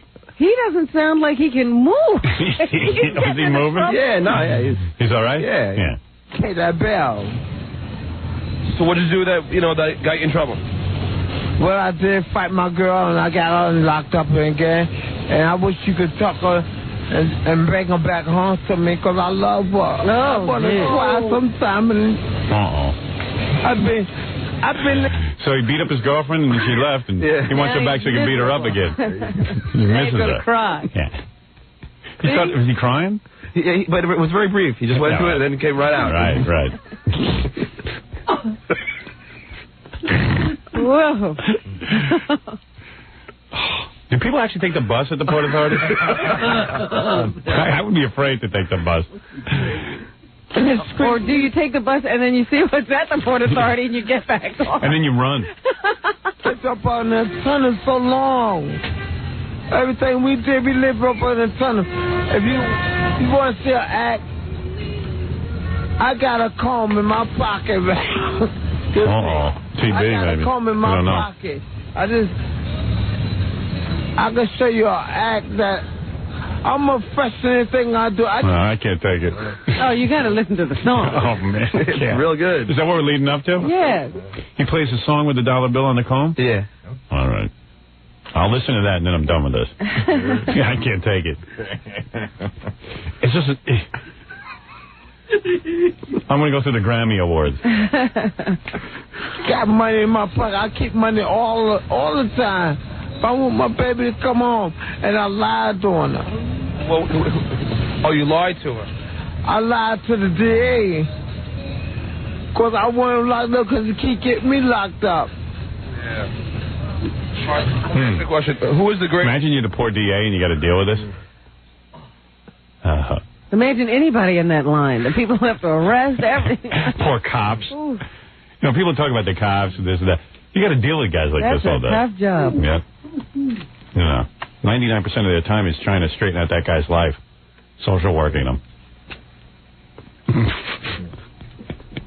That's why cops have to take sensitivity training courses now. I don't care how many... I don't care if you get a master's in sensitivity training. You can't possibly straighten that guy's life out. Black person in history. Who is the greatest white person in history? No. Who's the greatest black person in history? I think that Martin Luther King. And why is that? Why is that? Because he brought us freedom. Who was the greatest white person in history? That was Kennedy. Why is that? Why is that? Because he was just like Martin Luther King. This guy's got one issue. And I'm going to tell you something. if we had our president back together. Does he mean they're both alike in the sense that they both had sex with white women a lot? I don't know, Howard. I'm not going to try to get into his mind. You can if you want. I don't know if you can come back. Well, this is where he really gets bizarre. This is where he talks about politics. But look, how much does he got to take before I get to the song? Yeah, where's the song? Yeah. All right, then I'm going to go a little forward. Then there's another guy who's very well-spoken, he has a lot of interesting things. All right. Go to the song? Yeah, go to the song. Joe's right. He starts talking about Pat Buchanan here. Yeah, he does? It's pretty good. Well, okay. I just love how this guy knows something about politics. It don't take much to know about it. No, come on. He can't get his girlfriend back, but he knows how to run the country. Every time we get together, Was the girlfriend again? what happened? They kill him. Oh, I see. But I swear to God, we need somebody here on our side. But why we can't have them on their side? Because you know why? Because everybody taking over, and that man in that chair now want to take over. And if we take over, how in the hell can we live again? What do you mean? Well, What do you mean? Oh, I didn't know what you meant. I don't care. I'm talking to you. You're a white man. Yes, sir. But you ain't did nothing to me. But I know one thing. If we get in that chair, we're going to die. You get one chair. If we make that president, we're going to die. Who president? Whatever the man that's supposed to come who we supposed to vote for. Who do you think we're going to vote for? I don't know his name because I don't know how to read. Oh, Clinton, you mean? I'm talking about the one that's supposed to get there. Oh, Clinton or Pat Buchanan? What do you mean? I don't know who, but I know that's the president one that's coming now. All right. What kind of discussion is this? Meet the press. Meet depressed. Meet the depressed. What? There's a more articulate guy on it. Yeah, well, who wants to hear him? well, he's the one who has a philosophy about Moses and Jesus. Yeah, well, maybe tomorrow. Okay, let's try it. You want to try it from here? I'm not exactly sure. All right, here. I drop on my knees. Blow it. Go ahead. When I'm home, man. This is the song? Yeah. Where's the coat? Everybody's coming. Can you help me? Blow it. Who's that? The next guy. Another guy? That's the next guy. Looking for $1.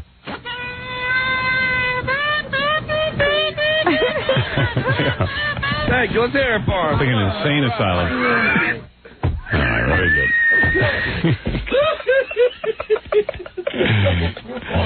All right, good. Oh, boy. Well, nothing depressing Black History Month. What is it? You're not even going to get into the next guy then, huh? I don't know why. You should get to them. Really? Yeah. This guy's got just a funny voice, and then when John asks him who's the greatest black person of all time, Yeah. he describes a person, but he doesn't know their name. I see. Well, I don't know. I don't know if I can take any more Black History, Robin. So this is a random selection. That's true. All right, I'll listen to a second of it. Look, let me ask you a question. Yeah. How are you? This is WXRK. My name is Robinson. How you doing, Robin? I'm a third rail man, Long Island Railroad. I go on the shoe shine stand right across the street. Okay, let me ask you this for WXRK. What are you doing to celebrate Black History Month? Well, I try to help people. I do. All right, look. Oh, come on. What kind of tribute is this? I'm trying to do something nice here. This is nice. I don't, these guys want to be heard. Oh, come on. These guys want to be heard. I can only work with what John came back with. I see. Stop waking up people. Yeah. Try to get somebody who's moving. They all want to come and talk. They all start gathering around. They did? Yeah. All right. If I can. I got hit by a taxi. I got a broken leg. Oh, I'm sorry to hear that, sir. But I'm all right. What thing or movement should black people be most proudest of? Well, what we want really should do is get the mayor out of office. He wants Mayor Giuliani out of office? Yeah. Now he's got my curiosity. Why is that? Now, is John, wait a minute, I got to ask a question. Is John saying most proudest of? Yeah. John. Because he's talking to black people? No, I think that's John's grammar. Oh, I don't think he was goofing on anybody. Okay. No. This guy kind of sounds like Jackie. Oh, because he's prejudiced. He don't want to get at homeless people no money. Oh. He's cutting food stamps. I'm going to hold my back. Cutting food stamps. I'm going to give me a comb. I'm going to show you. So the guy with the comb is still there. Oh. He's cutting everything inside. He's cutting everything for the homeless people. People don't have a place to live. Oh, get that. That guy sounds like you, Jackie. Oh, shut up. You know?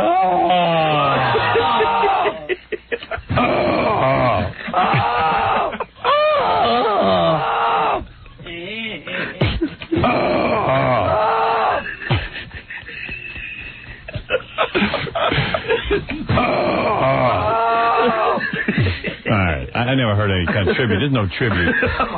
What's the matter with you? I can't take it, Bob. What about you? I don't know. These people sound pitiful. They do. They don't sound like they're in good shape. Well, the good news is it's February 29th and all this is over. And I'm not a black person, but I'm going to tell you something. It's the white man who chose February, the shortest month of the year. Well, yeah, that's the next guy's issue. Is it really? Yeah, and this guy's doesn't sound incoherent. See, this guy gets into this whole thing about how Jesus was black, Moses was black. Oh, that's ridiculous. Everybody was black. Yeah. And then the next guy... How does he know that? The next guy's mad that he was there. Blacks are ripped off. Really? They got given the now, let me hear 2 more seconds, and that's it. 2 more seconds. That guy can't say anything in 2 seconds. How was Dinkins? Oh, he tried. Cots messed him up a little bit, but he tried. Cots was all right. Diggins tried hard. All right, let me ask you, who is the greatest black person in history? Black person? Black? Well, you had a lady. You had a black lady. Oh. Pretty black lady. Mom's Mabley. She got on the bus. Ah, Rosa Parks. She couldn't have a seat. He doesn't know her name. That's the greatest black person in history? No, Dr. King. Don King's the greatest. Don King. Don King is the greatest black person. All right, I can't take this. This is crazy. Go to the next. Go to the next guy. It is ridiculous. Trying to get somebody to say something that I get Don King. He said Dr. King is an idiot over there. He said Don King. You can understand him. Don King. Nobody could say that Don King was the greatest. See, that would have been great. Don King is the greatest black man. That man got out of jail twice. And look at him. Look at this man. Twice he got out of jail, and then he got boxing and took all Mike Tyson's money. That's a great man. Sounds like Louis Armstrong. Right. This man got out of jail. The magger. All right, well, who else is next? This is the angry guy. All right. One angry guy, that's it.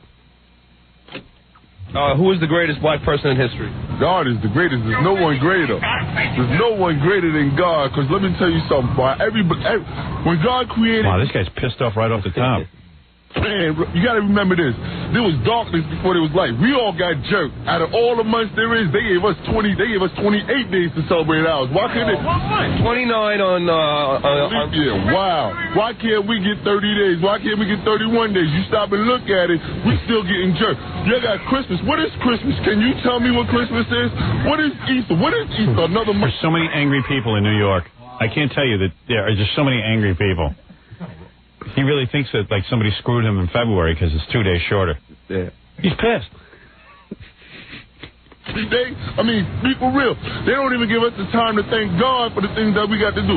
No, but I'm just saying it. They don't give him the time. Who's not giving him time? He's got time today. He's got tons of time. He's talking to John. He's got plenty of time.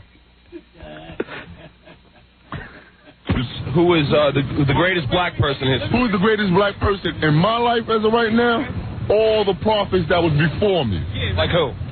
For instance, you got Moses, you got Moses was black? Yes, he was. You got Jesus. Y'all may call him Jesus. Him. You know what? Jesus was black? Jesus was black. Woolly hair, skin of bronze, eyes of fire.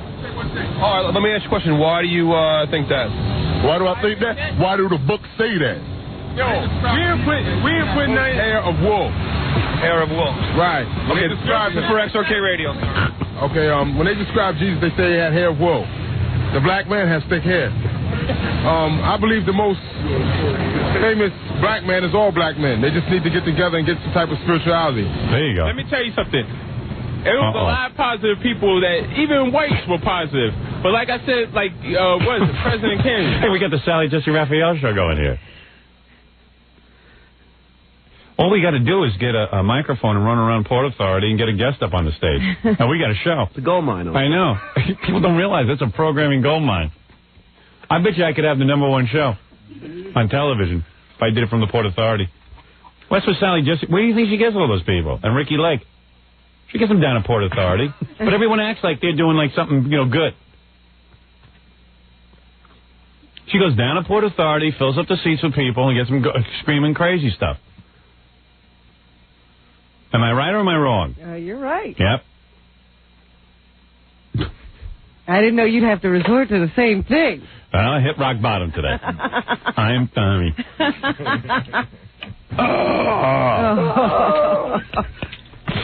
Is that it for Black History Month? Yeah, that was no kind of tribute. I'm not saying anything. Ricky Lake show should be, her set should be a bus stop. Where's that commercial from yesterday? Listen to this. You think I'm making this up? You probably could take a commercial from today. Yeah. Well, you heard it? I haven't heard it, no. Yeah. She just loads up the studio with black people that, they find, people who are, real street and screaming at each other. Yeah, they get them from all over the country, though. Right. They sometimes fly them in. Yeah, but the ones in the audience are from New York. I don't know if it's the same one or not. Those are our blacks from New York. On the next Ricky Lake, they're back. Yep, this is it. They're back. The Negroes. They're back. Wait, watch them do it. What day are we talking about? Watch. They're back. The blacks. Oh, man. Can forget them. They're Ricky's most outrageous moms. You're super little girl. You look like a bozo. I don't think. You looks like a bozo. That's what they do. They just find people, down on their luck. Well, you have to wonder, there surely was a whole hour of conversation with these people. Why do you take the quote, "You looks like a bozo"? Because it's the Amos and Andy show. Ricky Lake. You looks like a bozo. And they must rile them up backstage or something. Oh, they tell them to get wild and crazy.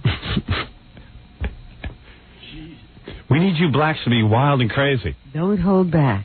Oh, mama. I told you she was out. Oh, mama. That's the thing that really gets me, the announcer. Oh, mama. And he's a white. Holy mackerel. What's that guy's name who used to put on the blackface? Yeah. Eddie Cantor. Holy mackerel. Listen to that. Oh, mama. I think we're in for a minstrel Joe. Holy mackerel, Aldozen. Mammy. Aldozen. Holy cow. Listen here, huh? Wow. How I love you. How I love you. My dear old Ricky. Ricky. And even Ricky talks black. Wait, you'll hear it. She's busted outrageous for tableau. It's a mother of a show as Ricky brings back moms from past shows. Tell us what happened after the show. She didn't have no choice but to dump that loser. You took that bull and you took it by the horn. Baby. She didn't have no choice. No grammar, She didn't have any choice is the sentence, She didn't have no choice. But to dump that loser. It's one big minstrel show. Holy mackerel, I tried to dump the woman. Whoa, mama. They act like they're doing something useful on that show. Her and Sally Jesse Raphael. Sally Jesse Raphael's even worse. She actually tries to pull off being concerned. Right. The moms on the next Ricky Lake. Today at 5 on UPN 9. UPN 9 is like the black network now. They got Moesha. They got it all. Moesha's been picked up. Going to have a full season. Moesha's the Amos and Andy show.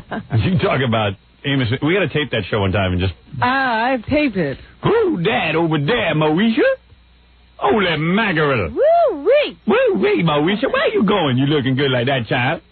I'll have that tape for you tomorrow. Robin gave me 2 tapes. Moesha tape. It's really... It's the Amos and Andy show. There's a woman on there whose whole job is to yell and act with her neck. Yeah, and then right. And then you got Richard Bay, who gets his black people. He gets the same black people Ricky Lake gets. Yeah. They're trading off. She even took one of our black people from the Channel 9 show. Is that right? Remember our black person who used to come on and play Lieutenant Uhura? Yeah. She was on Richard Bay the other day. You're kidding. Yeah, he loads them up with our blacks. Stole our blacks. Holy mackerel. Wasn't that commercial? Even the white announcer is getting into it. Oh, mama. Holy mackerel, mama. Listen here.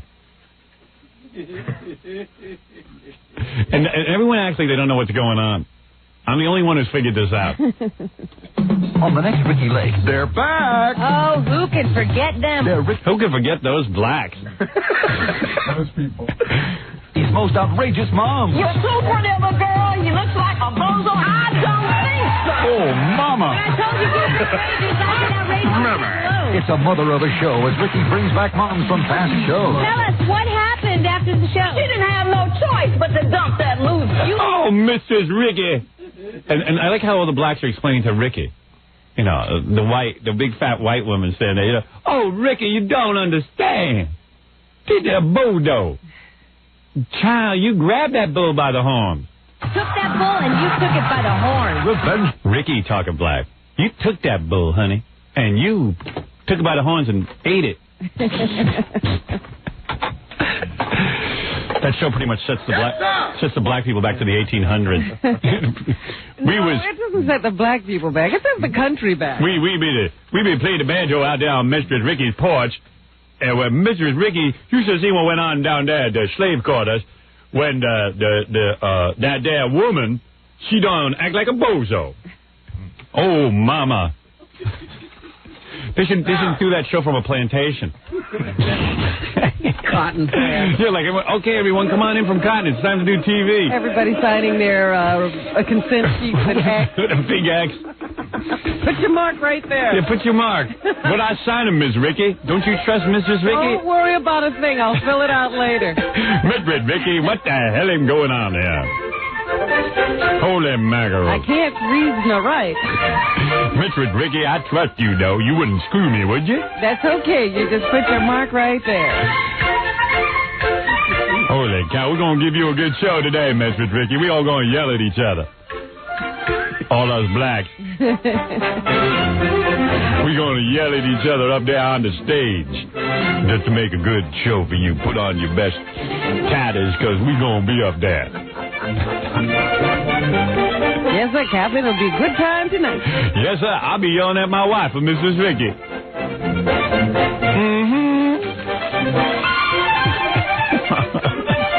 Happy days.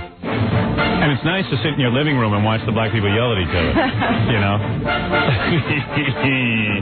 Who are they kidding, man? The whole country's wise to what's going on. I don't know if they are. I am. The moms on the next Ricky Lake. Today at 5 on UPN 9. UPN 9.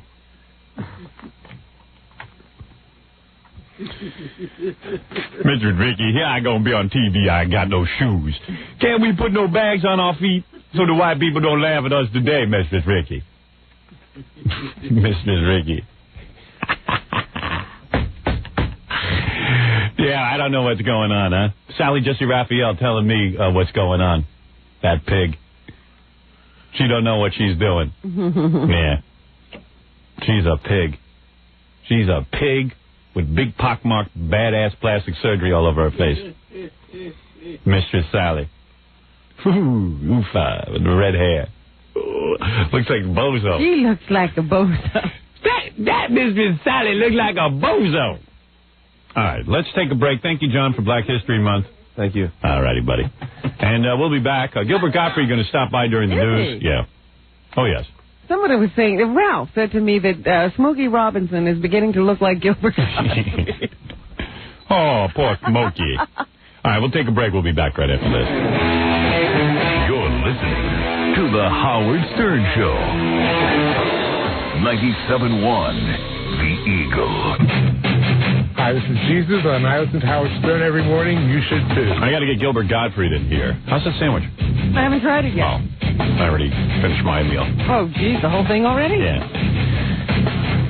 Jeff Shaker by IBM sent us up some stuff. Oh, is that where that's from? Yeah. I didn't know. Yeah. It's from his favorite health food restaurant. Oh, okay. The Sacred Chow. Oh, here's Gilbert. Hey, Gilbert, did you eat any of that stuff? He was chowing down. Oh, yes. It was good, wasn't it? Yeah. Yeah. Not used to something without grease in it. Yeah, right. That was healthy food. Yeah. Yeah. He was so funny. You know, he probably won't like it, but he was in there dishing it out anyway. It's free. Yeah, exactly. We were talking, you know, Gilbert makes you think you're joking about it, but you're not. Gilbert feels when he does a radio show, whatever's free he's going to take. That's his payment. I was telling that famous story about you. Have you heard me tell that story? No, I don't think you've told it to Gilbert. Yeah. See, Gilbert knows. Okay. This is a couple of years ago. There was this really strange-looking radio talk show host, Alan B. Combs. Yeah. His eyes were like on opposite ends of his head. Yes. And he was working in afternoons at NBC. He took over my old job. And, right, of course, he was bombed. supposed to replace us. Yeah. So he has Gilbert on because like Beauty and the Bees. Yeah. Well, he pretty much Gilbert likes to hang out with Alan B. Combs because he makes him look good looking. He's the hunk in the room. Right. You know, you look like Smokey Robinson. But anyway. I get that a lot. Yeah. Anyway, so Gilbert is a guest on the Alan B. Combs show because Gilbert was a guest on my show, so Alan B. Combs would have Gilbert on. They pretty much try to duplicate the show. Yeah. And Gilbert doesn't care. So he went in. He didn't know we were coming back. He doesn't care. He figured we were done anyway. Yeah. So Gilbert goes on. And they say to him, well, is there anything we can get you? Yeah. And like Gilbert, is famous for, like, when he used to come on our show, he'd come in and he'd order egg sandwiches, 2 egg sandwiches and juice. Always had to have something to eat. Yeah, like, no one really orders anything, only Gilbert. If I could get a jacket out of it, I would. Right. Yeah. So Gilbert says to Gilbert says to the producer of the show, would you please get me some insulin? Yeah. You know about this? You remember this, right? Yeah. Okay. It wasn't for me before it goes any further. Right. Yeah. So Gilbert goes... So the guy goes, insulin. He goes, well, I'm supposed to go over and pick up some insulin for a relative. Yeah. And I'm on my way over there. Could you pick up this insulin for me? So the guy goes, okay. And syringes, right? Yeah, and syringes. Yeah. And the guy goes, he gets it. And a ham and cheese. Yeah. And Gilbert, doesn't offer to pay for insulin or anything. He just takes it. He's a guest, and that's it. Yeah, you got it for me. It's mine. And whoever, whoever Gilbert delivered it to, he charged for it. So, this cost me money. Yes. I said, look, this is the good kind. But you really did that. Yes. Yeah. Who was the insulin true? for? Yeah, it's a true story. I know it's true. I'm asking Gilbert. You figure if you're on the Alan Combs show. Yeah, but if you get all your shopping done. Yeah, if you can get a car out of it, they should give it to you. Was that like for a relative or something? That's what I heard. Yeah. Yeah. And what happened? After the show, you went over and gave him the insulin? Yeah. And said it cost them, I said it cost me $13.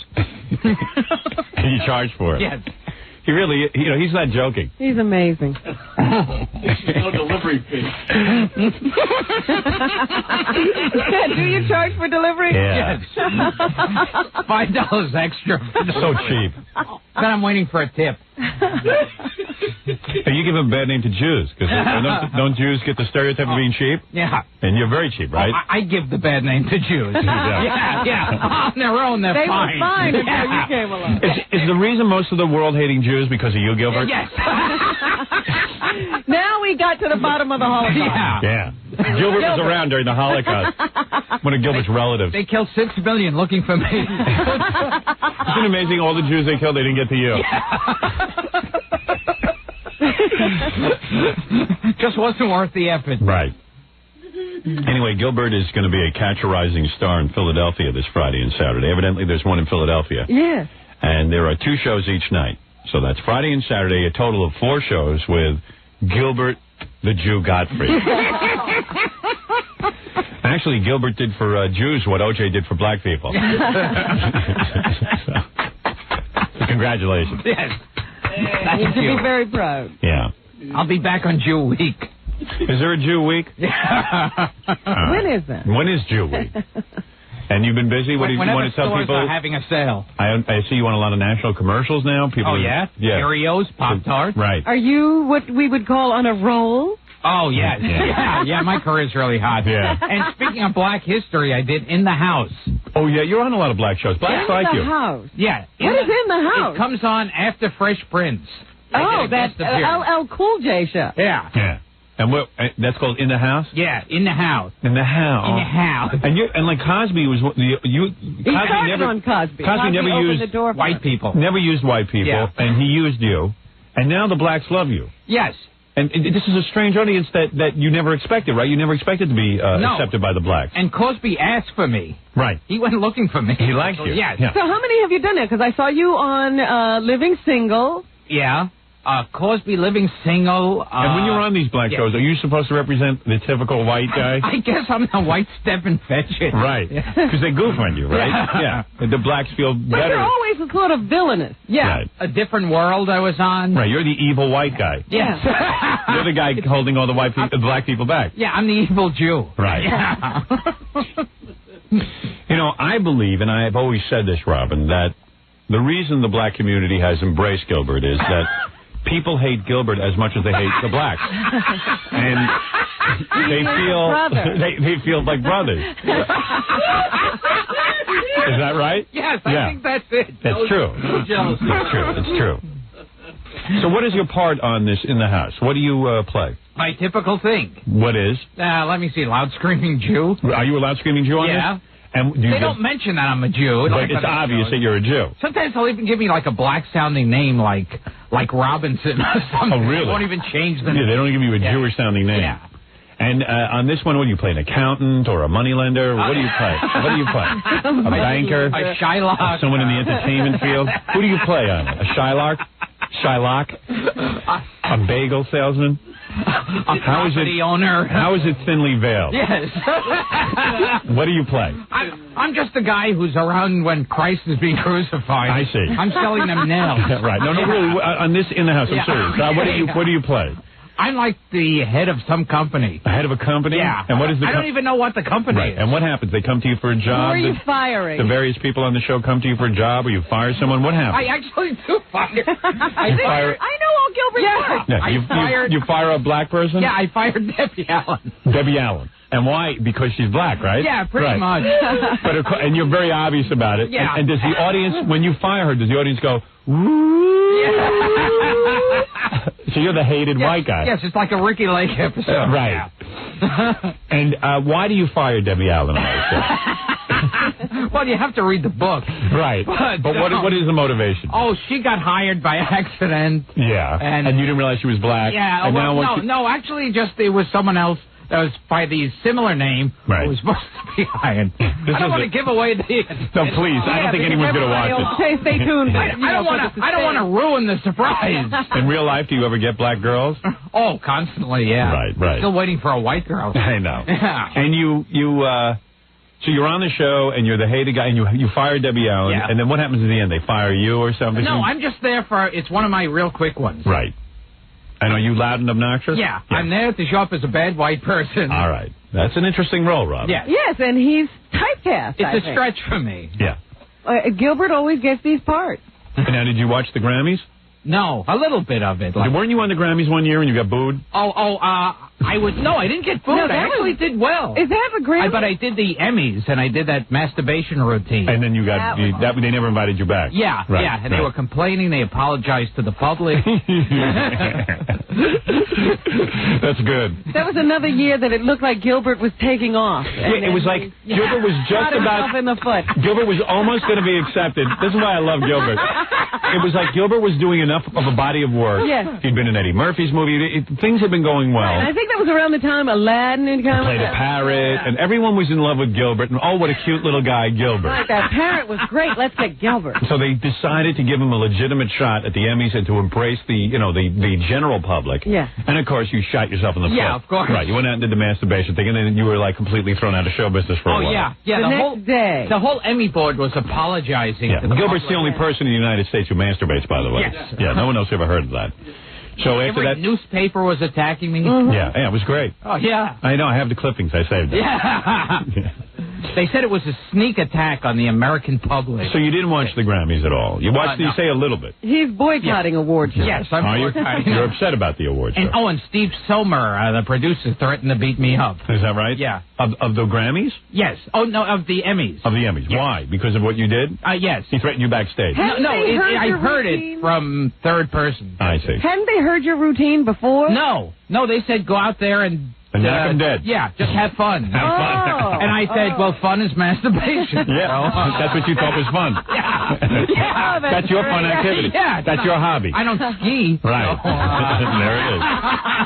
And when you is funny. When you stepped off the stage, did anybody confront you? Or? No, it was all like there was this quiet feeling in the room. That's what happened when I've done stuff. Like people you just kind of walk out and they're all very silent. Like after I had the spanking situation on the Tonight Show. Right. Everyone was just like, oh. Very quiet. Yeah. They all find something to do. Right, yeah. Everyone's there busy. wasn't a soul in the hall while we were there. The best part of it was that night they were all worried about Sam Kinison doing something domestic. And he was fine. Yeah, he did a totally clean thing. Yeah. Totally professional. Was that as great for you as when you actually masturbate? Was the high is it great?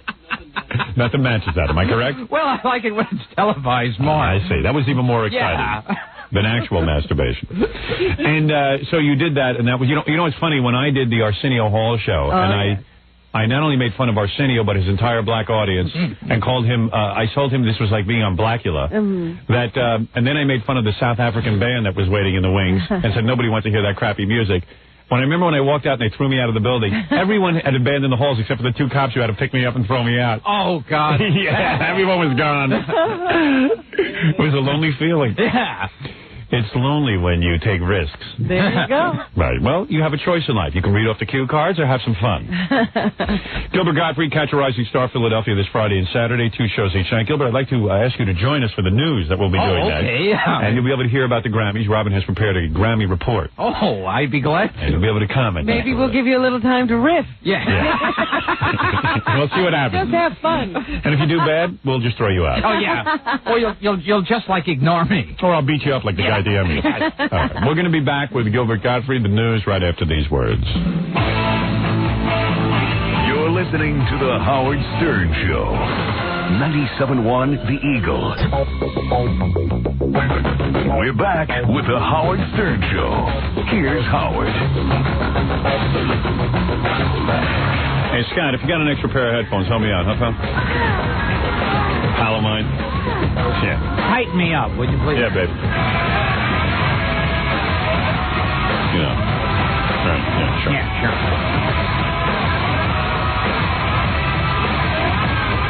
Oh, get away from me, you all right, fix it. turkey questions, you bloody fool. You know what? It's because I had this in queue. When you throw this in queue, it knocks out one side of the headphones. Yeah, when that button is pushed down over there on the monitor. What? What? Grab Gilbert's microphone. What? Yeah. Grab a microphone. What are you saying? No. Why? There's a button on the monitor over there. When it's pushed down and you have it in queue, you only get one side. That is correct. Well, why do I want that? You don't want that. I need a cigarette. I'm all stressed out. Coal olive oil. Why do we have a button? We have a few buttons on Do me a favor, man. Don't push that in. Don't push that in for me, all right? Because it blows my mind. Okay. I'm in the middle of doing a commercial. I got half my headphones working. Okay. All right. No problem. I think I'm a little stressed out. I'm sorry. I gotta eat some spinach. Maybe it'll grow some hair on my head. Whoa. Oh, I lost me hair. Whoa. Gotta go back and wipe the grease off me forehead. Everybody loves to goof on Scott the engineer. Oh, get away from me, you and your jerky questions, you bloody fool. Makes everybody feel good about themselves. Hey, anyway, Gilbert will be a Catch a Rising Star in Philadelphia this Friday and Saturday, 2 shows each night. And USA up all night on Saturday. Yeah, who cares about that? No one watches that. No one watches that. It's Channel 17. I know. I always pass by when Gilbert's on. I never see Gilbert. He's introducing some... What was the movie Saturday night? I was watching TV, and I couldn't believe it. They hit the bottom of the barrel. Yeah, when was that? I don't know. It was bottom of the barrel. It's always been bottom of the barrel. No, this was the worst movie. It wasn't even as good as like the two-headed man. Oh, stop it. I don't know what you were introducing. But you had a lot of, like, every week you have bikini chicks on that. Oh, yeah. Yeah. Yeah, that's all it is. It's ways of scaring girls in bikinis. It's a way of getting girls in bikinis near Gilbert. Anyway, Robin, let's do the news. Gilbert's going to sit in for the news. All righty. I've decided to sit in. Yeah. We asked him, and he had to be somewhere, but he canceled. We will begin with the Grammys, then. Oh. So that's Jackie. Yeah. Yeah. Hey. Now, is that out of your mouth, or what? What? That's Jackie passing a movement because of his roids. You don't know. Like a seal being clubbed to death. Anyway, Robin, you were saying. We're doing the Grammys. Yeah. All right, and I'm into this. them in no particular order. All right. And more tapes could be coming in at any moment. It's working feverishly.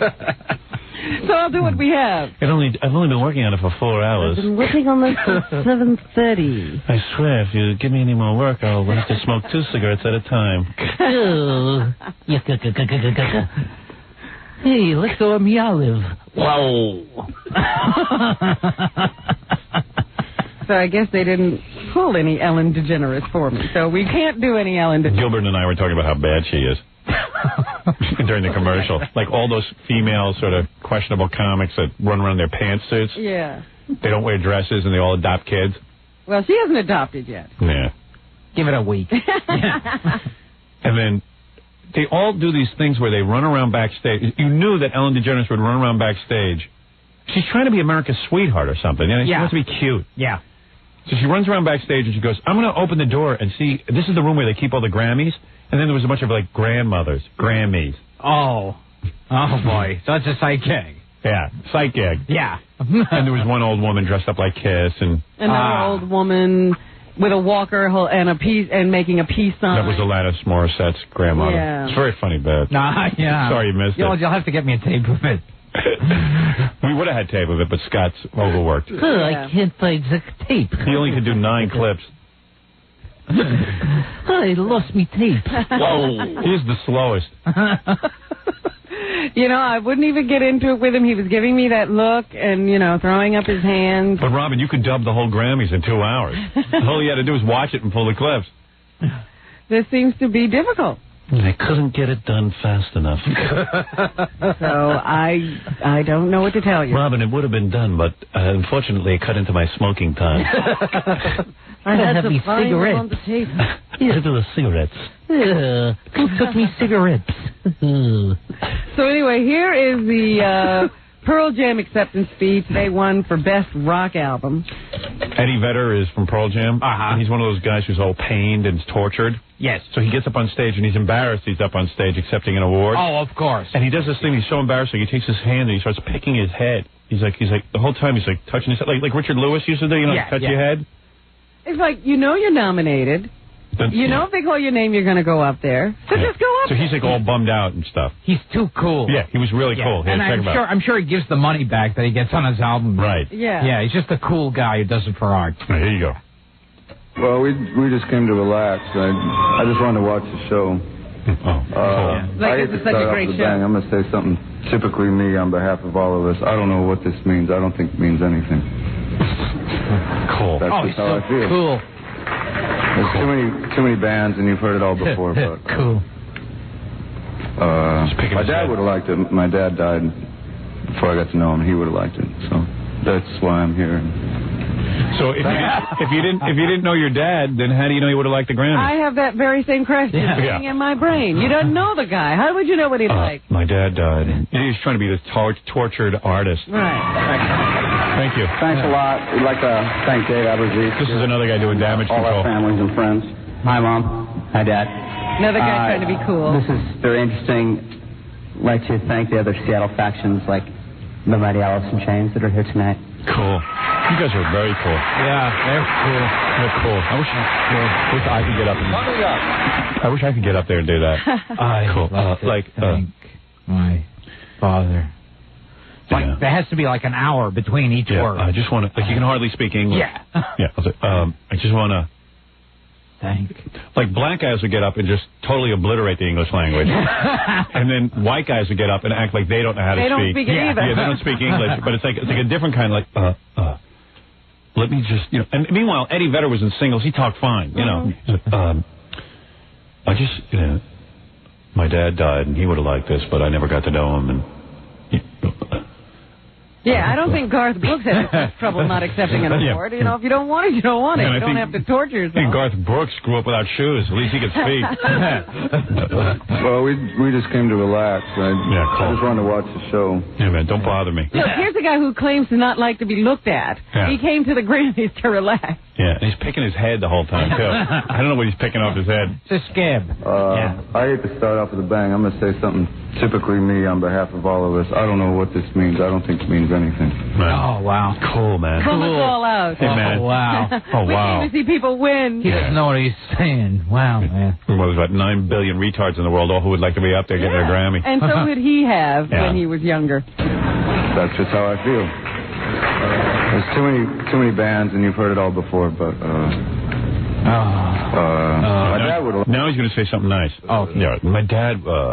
That didn't go over so well. Let me try something else. He's like Tom Arnold at the trying to win the crowd over there. He goes, okay, I'll say something about my dad. That way everyone will feel bad for me. I better pull out the dead dad. Get him back. Yeah. Probably like take your molestation story from your book. Use that. Yeah, the stage director's waving. Do the dead dad bit. My dad died before I got to know him. He would have liked it. So that's why I'm here. Thanks, I guess. Thanks, I guess. So if his father was alive, he wouldn't be there. Yeah. Yeah. His dad died, and that's why he's here. Never got to know him, man. Yeah, man. Yeah, sure. I didn't get to know him. I'm sure he was a real pleasant guy like you wouldn't have liked him if you had gotten him. You don't sound like you like anybody. I just came to Los Angeles on the most hectic night of the year to relax. You know. Yeah, I came to sit in this crowd of strangers to relax. Yeah, this is very relaxing. And he was cool because like when he gets up, he has like the liquor bottle in his hand. It looked like a liquor bottle. Oh, yeah. I don't know. It looked like a beer bottle. I'm not sure what it was, but it looked like a beer bottle. Right, we can't even sit in this audience without right. Yeah, I have to have a drink, man. I need a drink. I really hate getting an award. It's just that's what I do. I don't like to be recognized by my peers. Yeah. I don't know what this means. I don't think it means anything. I'd be just as happy if I was playing out in the street. In front of traffic. Yeah. And he planned that whole thing, too. Oh, of course. Yeah. Yeah. I don't know. I don't know, man.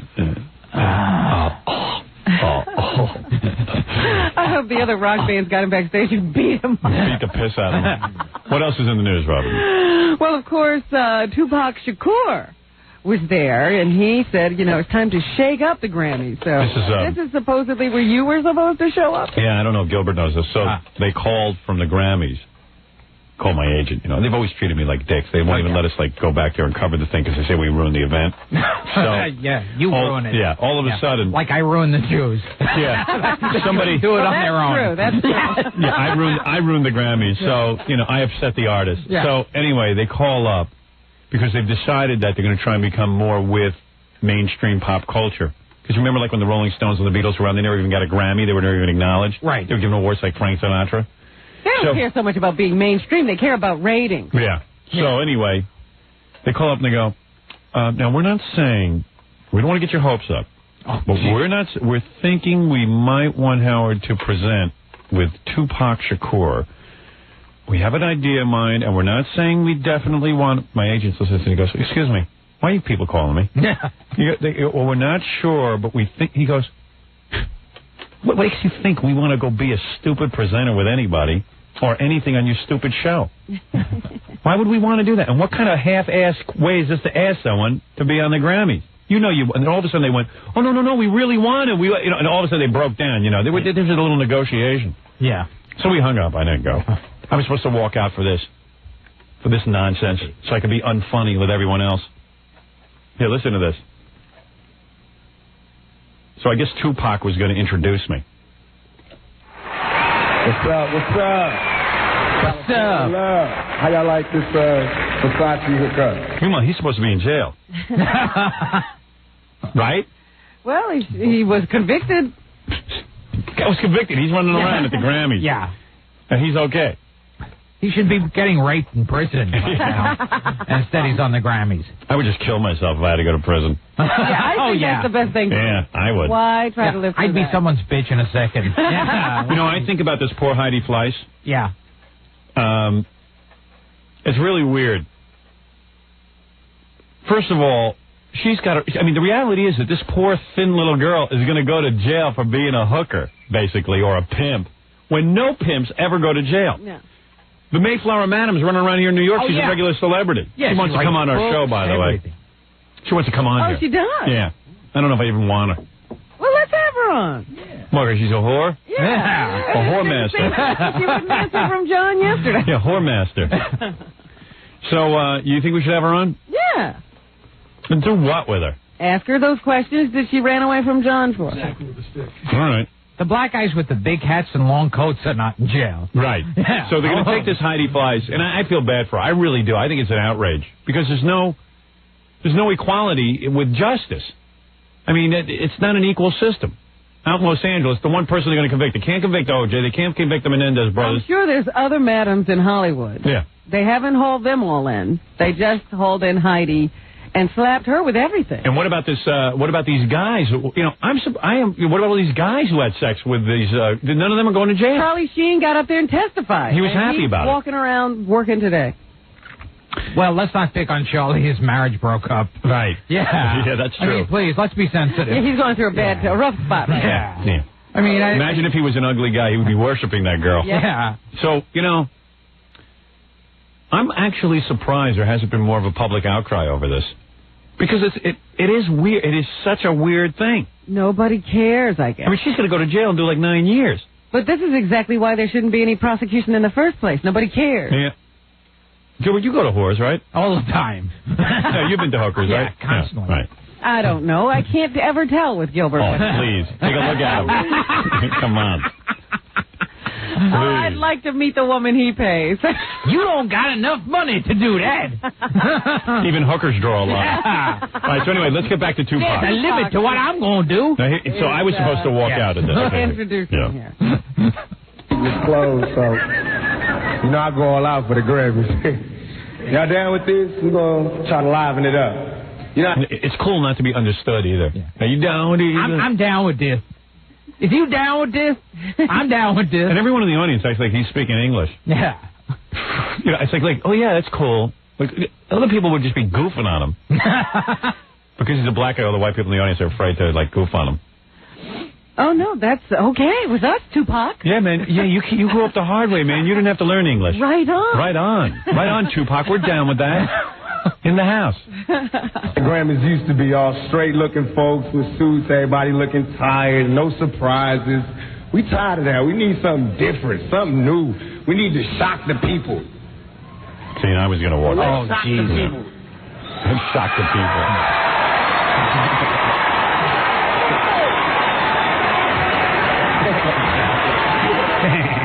If they announce you by saying, let's shock the people, no one's going to be shocked. Well, this is weird. Kiss walks out, and then they just stand there. They do nothing shocking. Yeah, because Kiss is very shocking. Yeah. Yeah. It's shocking that grown men are in those outfits. Yeah. Now, he's my homeboy, and I see just about everything now. All right, Los Angeles! Great to be here. And that's it. That was pretty shocking. That's what Kiss said, right? Yeah. Oh. And then they went on to introduce some nominees. I was pretty shocked. Yeah. I'm pretty shocked how lame that show is. Yeah. And they're calling up like they're doing me a favor, put me on there.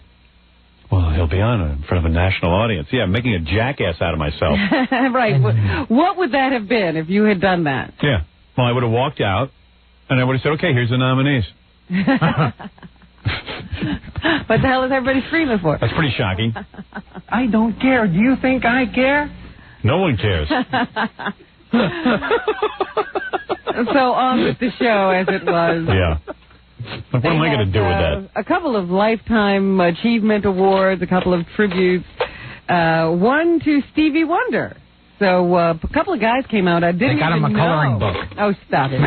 These guys were pretty good. D'Angelo or D'Angelo? How do you say that? The N. And Tony Rich. These guys did like a piano, like an organ thing, tribute to Stevie Wonder. They were singing a bunch of his songs all at once. Together, yeah. They were pretty good, actually. It's kind of a good moment. I play a tribute to my organ every night. Me too. Yes. Funny, I watched this, and then I turned it off and played a tribute to my organ last night.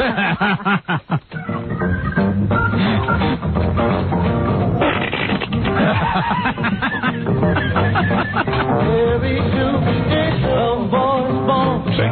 Yeah, it's very cool. Gilbert can get into it. No, I'm down with that. Stop dancing. Upsetting. Yeah. Parents gave him an affection. Living just enough. See? That's pretty hard to do. I can't even do that with Row, Row, Row Your Boat. Oh, yeah. They got two songs going at once. Cité. Wow. Cité. The Cité. The Cité, man. And, of course, It's in the Cité. Stevie had to do one of his, patented acceptance speeches. Well, nobody knows what he's talking about. Just because he's blind doesn't mean he can get away with not making any sense. One of the They should bring him out with us back to the audience. They almost did. The guys were supposed to take him one place, and they took him to another place, and then had to walk back. They all looked like they were blind. They were marching him around the stage because they didn't know where to go. It's kind of funny. I thank all of you very, very much. Cool. This is a very exciting moment for me. But I first... No, seeing is exciting. Yeah. He wouldn't know that. have to thank God. It's cool. He was standing in the hallway with this speech. A breath of life. Give me a wonderful family. Then why didn't they give you eyesight? Hey, man, mellow out. Yeah. It's always cool to see Stevie Wonder thanking God. Yeah. He's got a real good reason to thank you took God. my eyes, but thank God you gave me music. Yeah. If I was born blind, I'd be a Satan worshiper. Not if he made you sing like this. I guess. I don't know. I don't need my eyesight. I can play the harmonica. I can't see nothing, but I can sing. Yeah. What a choice. How about all the people who can sing and see? They don't sing like that. All of my peers that have supported me in this profession, all of my friends, loved ones, people who generally just take my money, family, all of you. When I touch this award tonight, see, you can't see. He said, touch this award. That with a big breath in my heart, I accept this in the spirit of all of you, because Gilbert, why can't you be more spiritual like this? Come on the cable show doing these TNA movies, I know deep in my heart that God gave this to me. I want to thank you all, and I love you all for being with me. It'd be funny if they, put him on the Staten Island ferry and told him he was at the Grammy. Yeah. We had the air conditioning on, Thank so don't God let they it don't bother have you minding Stevie. Or wouldn't it be funny if the whole audience was deaf and he didn't know it? really are the ones that made it possible. So this is your award. And people should be standing behind them, waving their hands around. I mean, I'm trying to get this. I'm sorry. For the rest of my life, doing all that God wants me to do. Thank you. God bless you. Cool. Gilbert insensitive. Yeah. I know. Talking all over Stevie Wonder. Sorry. Yeah, man. How'd you like it if you couldn't see anything? There were also, a lot of good performances. Cool. Here is Alanis Morissette. Yeah, she was pretty good because she did that same angry song, but she sat down to do it instead of wallowing all over the stage. And she kind of was mellow. She did like an acoustic thing or something. That wasn't acoustic. No? It was a pretty true rendition. Was it? Yeah. Seemed mellower. You like that song, Alanis Morissette? Yeah, it's really upsetting. It's really heartfelt, and it shows a lot of angst. Yeah. Whatever happened to Sheryl Crow? All of you very, very much. That's Stevie. Oh, is it? Oh, I'm blind. He didn't realize they gave him the light to get off. Starting again. You forget about me, No, that's a different version. It is, you're right. But it was a slap in the face, how quickly I was replaced. And are you thinking of me when... Oops. That's the part where they bleep her. Oh. She said the F word. She's hit. Yeah. No, whoa. I wonder if she yodels in bed. Well, I'd like to meet the guy who dumped her. That's what this song's about. Yeah. She was almost crying when she was doing it. I think she could be really good looking if she got rid of that hippie haircut. Oh, yeah. Yeah. Like, she kind of like got a punky little haircut and a bunch of earrings. We colored her hair, put on a mini dress, showed off her boobies. Gary, book me the guy she wrote this about. Yo. You know what? I was wondering who you could trace that yodeling back to. And at first I thought, maybe Sinead O'Connor's responsible for it. I would have thought of that. Or Slim Whitman. Right. There's the guy. Yeah. Right. I don't know. You know who I finally came remember you. The Swedes? Yoko Ono. Really? Yoko? Very good. Yeah, I don't think so. No, but maybe this was good. she's responsible for all this. She's a nut. Anyway, here's Alanis, who won a couple of awards, accepting one of them. Oh, cool. It's so cool not to be too excited about winning an award. Thank you. Like to open by saying my father died. 2. This award does not represent the fact that I'm better than any other women that were nominated with me, but it does represent that a lot of people connected to what I wrote and what Glenn and I wrote together. So for that, I'm grateful. Thank you. Thank you. It's a good opportunity for me to thank some people that have been very instrumental Gilbert in my Gottfried. evolution over the last while. Can we see your boobies? A lot to me. Take off your shirt. And show us your Glenn boobies. Ballard, first and foremost, for his Take your boobies out. Yeah. Can you get on a trampoline while you give this speech? What can you show? While you play with your boobies. Yeah. Your flabby ass. If I give you $10, can I feel you up? Yeah. Very talented. And I value your friendship wherever you are, Glenn. I don't know where you are in this audience. You're flat. Scott Wilkes, my integrity field manager, thank you for your belief. All serious about a Grammy. And John Alexander and everyone at MCA Publishing. Could you ever give a serious speech like this? I just don't see it happening. And everybody had an integrity-fulfilled manager. Yeah, right. Until they take all their money. That's what you read all the time about the manager took all the money. I'd like to thank my manager who left town with my fortune. Now I'd like to show my boobies. You've been with me from the beginning, and I appreciate Pull up your top. it. Pull on your bottoms. For your freedom that you've given me. Or the freedom Show us your ass. I appreciate it. Every artist loves that. I bet she's got a big ass. And my band, who I've grown to love very much, and my crew on the road. My crew. And everyone else who comes to see me on the road. I appreciate it. And yeah, Coolio brought out his whole posse. It looked like a I don't know, like Africa. and when you see a group of white people, what does it look like to you? I don't know. You don't see them. They all come up and accept by themselves. You just say, oh, that's okay. I thought it was kind of cool that he gives his posse credit. His posse. My posse. My pleasure. Thanks. Thank you. Then Bonnie Raitt did something weird. Her father, I guess, was nominated or won a Grammy last night, and the two of them came out to do one of these presentations, and they decided to sing together before. It was totally off key. I saw that part. Yeah, I don't know what she was singing. They weren't singing the same song. I used to watch her dad in that movie Carousel. Oh, is he in that? I used to dig him when I was a little boy. Like my dad would take me to see him. My boy Bill is that him? Yeah. John Ray? Yeah. We're going to a clam bake. I never saw such a horrible movie. Every time. I couldn't sit through one of those musicals. Every time my parents would take me to them and then buy the soundtrack album. And my dad would sing the songs to the soundtrack. Oh. It was a regular. Tortured as a dad. Oh, it was the Sound of Music going on in my house. We were the Von Trapp family. You were trapped. You're not kidding. You were Von Trapp. And it was like, hey, you know what? Let's have a clam bake. Okay. We're going to a clam bake.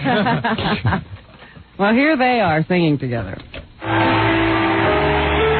Now he's like an old man.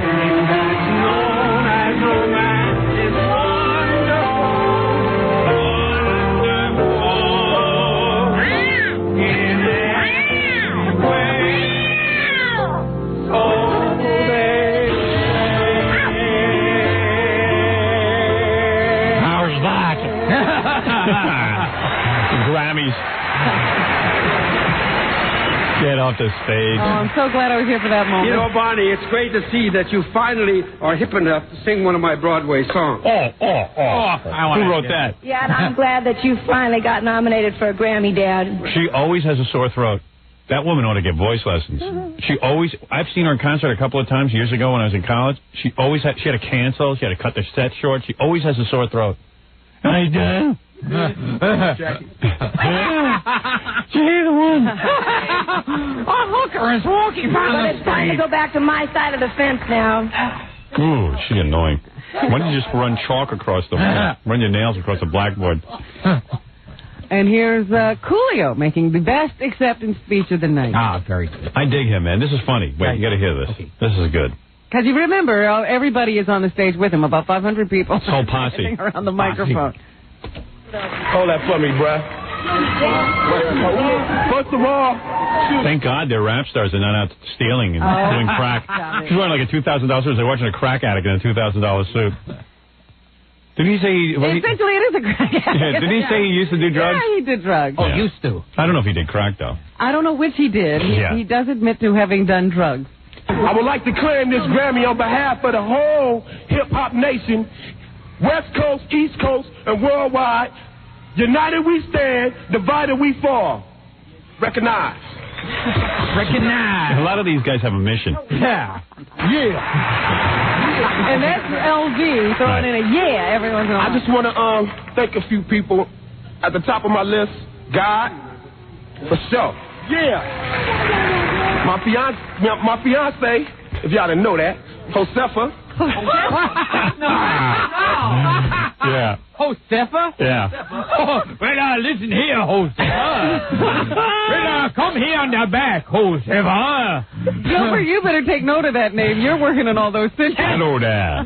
Well, listen here, Josefa. My 7 kids. Oh, Jesus. And my family. My artist, Stevie Wonder, Quincy Jones, LV, Doug Rashid. Now stand up, baby. Stand up. He produced the track. About 900 guys involved in this track. Nobody made any money. Crowbar Management, PMP Management, Tommy Boy, MTV, Disney, Don Simpson, rest in peace, baby. Jay Bruckheimer, Kathy Nelson, Michelle Pfeiffer, Skip Saylor, and Echo Sound, my country and worldwide radio people, the technician, roadies, and crews on my show. And on a serious note, now they're playing music to get him off the stage. Yeah. The whole night is about making a speech, and the guy's someone's saying something, and they throw him off. It's a weird. So Ellen DeGeneres can quickly get to the next bit. Oh yeah. Yeah, we had a little problems lately in high schools, and I only got one thing to say to all my black and Latino brothers out there fighting. That would be you, Gilbert. Yes. Ain't no gangsters living in paradise. Yeah.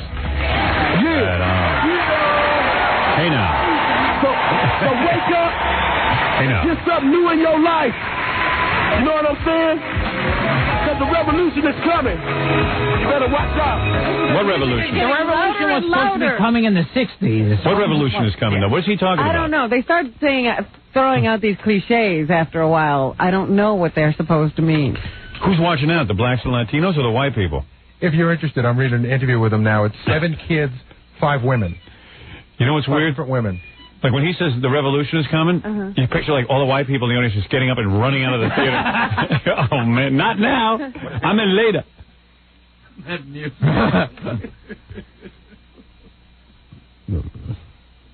And then that beautiful Muzak running, the revolution is coming. Yeah, they play it softly to give you a hint to wrap it up. Revolution's in a ballroom. Yeah. And then it gets louder and louder and louder, and finally your mic gets shut off. I got to take a break. When we come back, we can finish up our Grammy stuff. Good. Gilbert's here. He's going to be Catch a Rising Star in Philadelphia this Friday and Saturday, 2 shows each night. And Gilbert also is on that horrible show, Up All Night. Which is what? It is. Gilbert knows that. What is it? And the revolution is coming. Right. And what night is that horrible show on? Saturday. Yeah. Okay. Because the revolution's coming. All right. And go see Gilbert in Philly. He's great. We'll be back right after this. You're listening to The Howard Stern Show. 97.1 The Eagle. You're listening to The Howard Stern Show. Once again, Howard Stern. Can't wait to see that when it comes out. What? Nothing. That's like you're talking about a movie. No, don't way. You thought I was talking about something intelligent? Yeah. My mistake. Haven't you worked with me long enough? Hey, Gilbert Gottfried, Robin, we've seen him live. Didn't we go together to see him live? Yes. That was a good date. I think I got to second base. Well, you weren't sitting next to me. I don't know who you got to second base on. I don't know when that guy punched me. Anyway, the Gilbert Gottfried Show goes to Catch a Rising Star in Philadelphia this Friday. 2 shows each night. Go see the remarkable Gilbert Gottfried. He will be doing... remarkable. Well, come on. Will you be talking about Adolf Hitler? Yes. Yeah. Adolf Hitler routine? Yes. Will you do your David Brenner routine? Oh, yes. You will? Yes. Sure. Yeah. You don't even know what you're going to do. I don't know what the hell. Did you write new you material? Open your eyes, that's all. Yeah. Why do you close your eyes when you're on stage? Is the audience that bad? Yes. You hate people that much? Yeah, I'm so happy to be there. Gilbert has a shtick where he closes his eyes. It's funny to see. It's a tribute to Helen Keller. Yeah. They lead him out on stage. When you walk out, you have your eyes open, and you close them, and then you do your act. Makes me feel like Stevie. So nervous that you feel more comfortable with your eyes closed?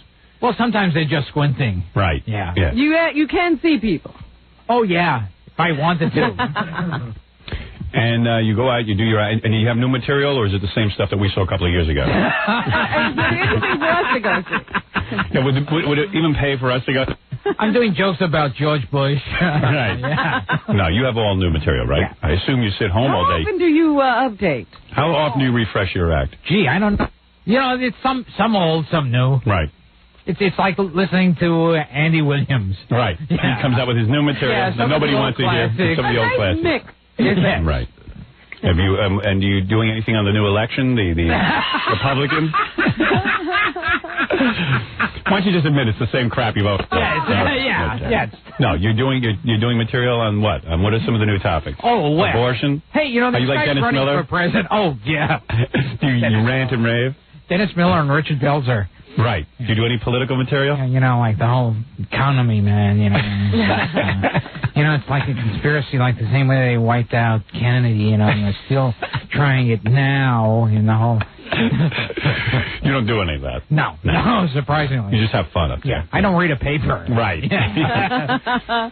What about when Watergate was around? Did you do material about Watergate, or you avoided that? I was really upset about that. You were? That upset you? Yeah. You finally got serious? Yeah, I get embarrassed the country. Did you do a Richard Nixon impression at that time? No.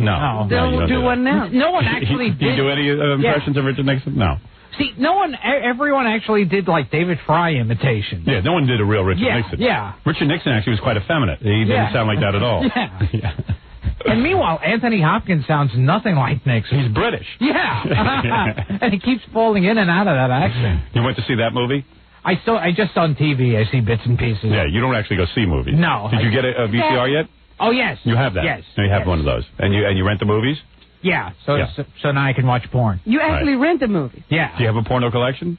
No, I think I have got about 3 or 4. And I have one film called Purple Passion. Do you? That's like a black porno film. And do you watch it over and over again?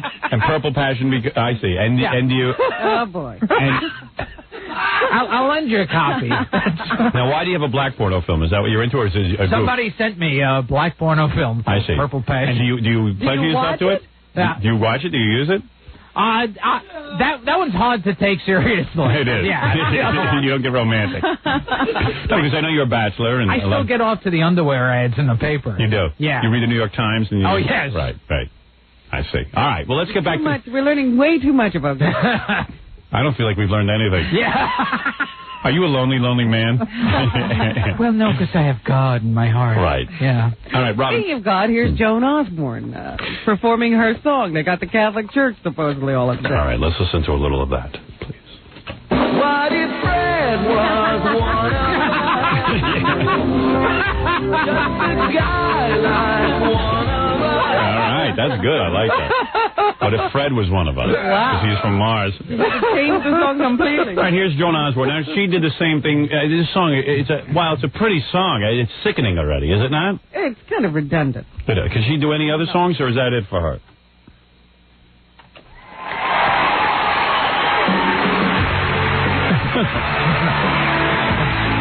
It's a nice song, don't get me wrong. Whoa, yeah. Boy, is she a dog. Everyone. Did you see her? Yeah. You wouldn't date her, and you don't get anybody. Cover your face and show your boobies. Put a bag over your head. And that nose ring. You're supposed to only get a nose ring if you got a really sexy little nose. You don't have a big schnoz. You get that. I don't get a nose ring. That ring is almost in her ear. Yeah, it is. Her nose is huge, and then it's like right up against her ear. The camera is not her friend. Stevie Wonder called her a pig. Yeah, what if Gilbert was one of us?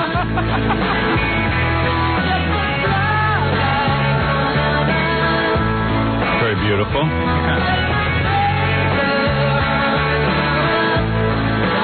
It is a beautiful song. And the guy from the Hooters wrote this. Yeah, that Eric Zilli. Yeah, Hooters. She should have shown her Hooters. She's like another hippie chick. So she didn't even write this? No. Oh, boy. Yeah, I think they've had it with her. Oh, yeah. Has anybody ever heard the rest of her album? Well, that St. Teresa's supposed to be okay. What is that, Robin? St. Teresa.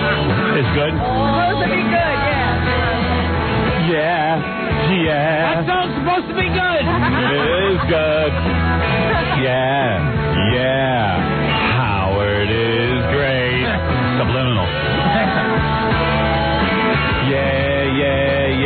What if Buddha was purple and not green? Would the Chinese worship him?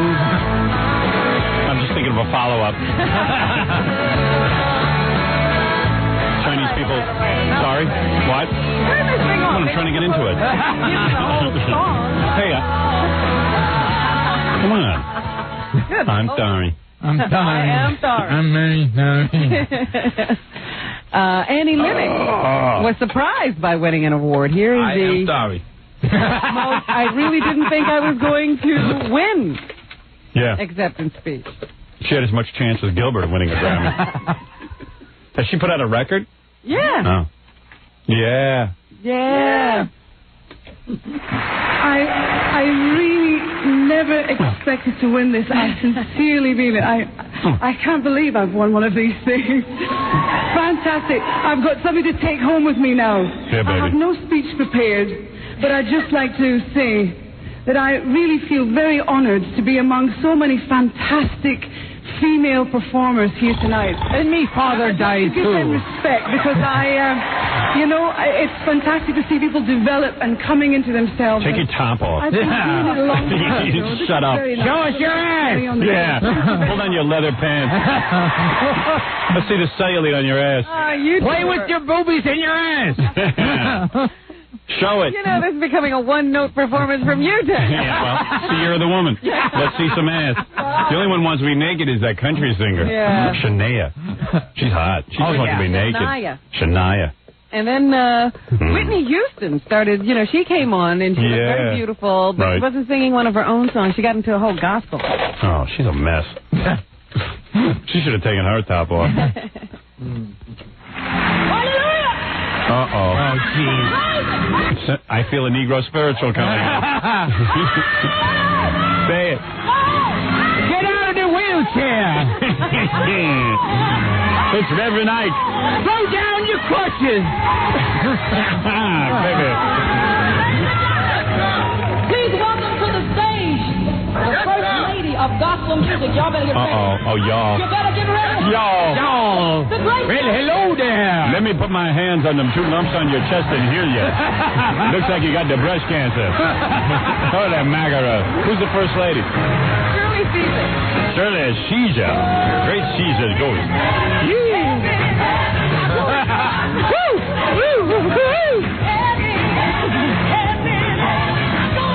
It's like a pancake commercial. Oh my goodness. Come on, this is crazy. Aunt Jemima did not sing. Aunt Jemima sang.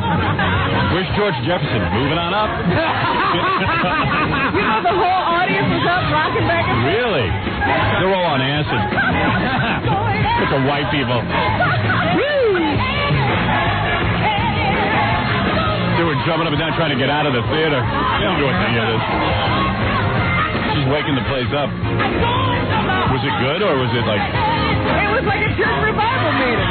Were white people jumping up and down like they were black? White people jumped out of their chairs. Everybody was clapping and looking at them. White people jumped out of their chairs? That's ridiculous. White people are going, well, we're supposed to like this. Yeah, we better act like we like this, or we'll be called racist. You can't stay in your seat when it's... I'm sitting. I wonder what I would do if everyone in the audience did, like Eddie Vedder from Pearl Jam jump up and start. I didn't see one person seated. Really? I better stand up, or maybe I'll get robbed. Gilbert, you wouldn't have stood up, would you? You never danced in your life. Are you kidding? Gilbert would have been the first one up. Oh, yeah. When you were like in high school, did you ever like try to fit in and like go to a dance and dance? No. No? No. Did you ever go to like a girl-boy party and dance? Yeah, no. I stayed away from dancing. I didn't even pretend. Have you ever, even at home in front of your mirror, tried to dance? No. I just wonder, like, Gilbert practicing. Maybe Gilbert's a great dancer. I just never know. I'm like John Travolta. Right. This is yelling. I mean, I admire that they can do that. You know, Whitney Houston can sing like that, but who cares? I mean, it doesn't make me feel anything. And then Cece Winans won the Gospel Award. She was also up there singing with Whitney. And, you know, they're gospel singers, so they're really, really religious. When they say God. They think God. Yeah. God is 9 syllables. Yeah. Praise the Lord. Praise the Lord. Uh-oh. Boy, wow. Praise God. Wow. Yeah. Praise the Lord. Praise the Lord. My Lord and Savior Jesus Christ, who is the head of my life. Who couldn't be here today. I'd like to thank Jesus Christ, who could not be here today. Because the Jews killed him. Because the Jews nailed him. The Jews who now is running the record companies killed my Lord and Savior, Jesus Christ. He'd be here right at my side. But he couldn't be here. I would like to particularly single out one Jew, Gilbert Gottfried. F.U. Jews. Why I sing. Here's the reason why I live. Praise God. I thank my husband, Alvin Love, Alvin the Third, my Alvin and the Chipmumps. Christmas, Alvin and the Chipmumps. The Winans, the whole Winans family, Mom, Dad, BB, my partner for life. I love you. BB. Whitney Houston, my sister. One who has used her platform to praise God so many times, and I just want her to know that God sees, He knows, and He cares. How does she know that? Management team, Richard Manson, Alvin Love again. Give her the hook. Charlie Lico, Sparrow Records. Spiro T. Agnew. Billy Ray, Bill Hearn, Leanne, Jenny. G. Javi Oswald. Gwendolyn Quinn, Ruth Carson, everybody. Shut up. Once again, because Jesus is real. Jesus loves you. Oh. And Jesus loves Alvin and the Chipmunks. I'd like to thank Jesus Christ and Alvin and the Chipmunks for that wonderful Christmas album that they put out. The lady made a nice acceptance speech. Holy mackerel. All right, what else is in there, Robin? Joni Mitchell won an award, believe it or not. Didn't somebody get up and... did Joni Mitchell get up and say she was stoned? And that's what Ralph says. I didn't hear it, so we're going to listen again. Here is Joni Mitchell and her husband. Okay. Cool. They say you know, they're surprised to win an award because they made this album while they were in the midst of a divorce. No, let's hear it. Yeah, well, take a look at Joni Mitchell. You divorced yourself. Jesus. Talk about a triple bagger. I'd have to have the lights off in the room.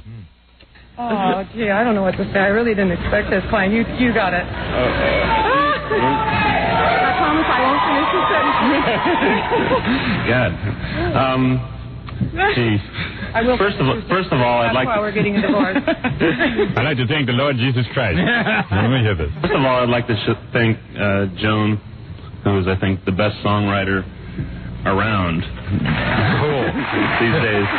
Cool. And thank her for 10 years of instruction in the art. and also thank my parents and Randy Gunther and Kathleen York, who kind of peeled me up off the ground. Oh, yeah. There's so many people to mention here, and I forget all their names at the moment. I'm so stunned. She said he was stunned, not stoned. Everybody. Bob said she said she was stoned. Listen to this. They're drowning her out. I know. Wow, How insulting. How come she got They did like 2 seconds. I mean, it's so Ellen DeGeneres can run around and do bad bits. Yeah. Yeah, Ellen had to keep stalling because they were short on time. People finally get up to make a speech, and... She barely said a sentence. Man. That's a weird thing, that Grammys. She did like 2 seconds. That's why people tune in to hear the stupid speeches. Not to hear, the same songs over and again. Well, anyway, speaking of songs, some people got to perform all too much. Uh-oh. Seal had done his own song. Kissed by a seal? Kissed by a rose or something like that. Everyone's telling me he had a big lump in his pants. It looked like the size of a seal. That's Ralph, not everybody. No, 2 guys told me. Who told you Richard told me, and someone else told me, yeah. He was sitting with Ralph, who got him thinking that. Someone said he has a big schlong. Please. Seal had already sung his own song, and Annie Lennox had already sung one of her remake of a cult song or class song, I forget which. Yeah. And then they decided they were going to have this tribute to Marvin Gaye. So here are Seal and Annie Lennox trying to sing What's Going On.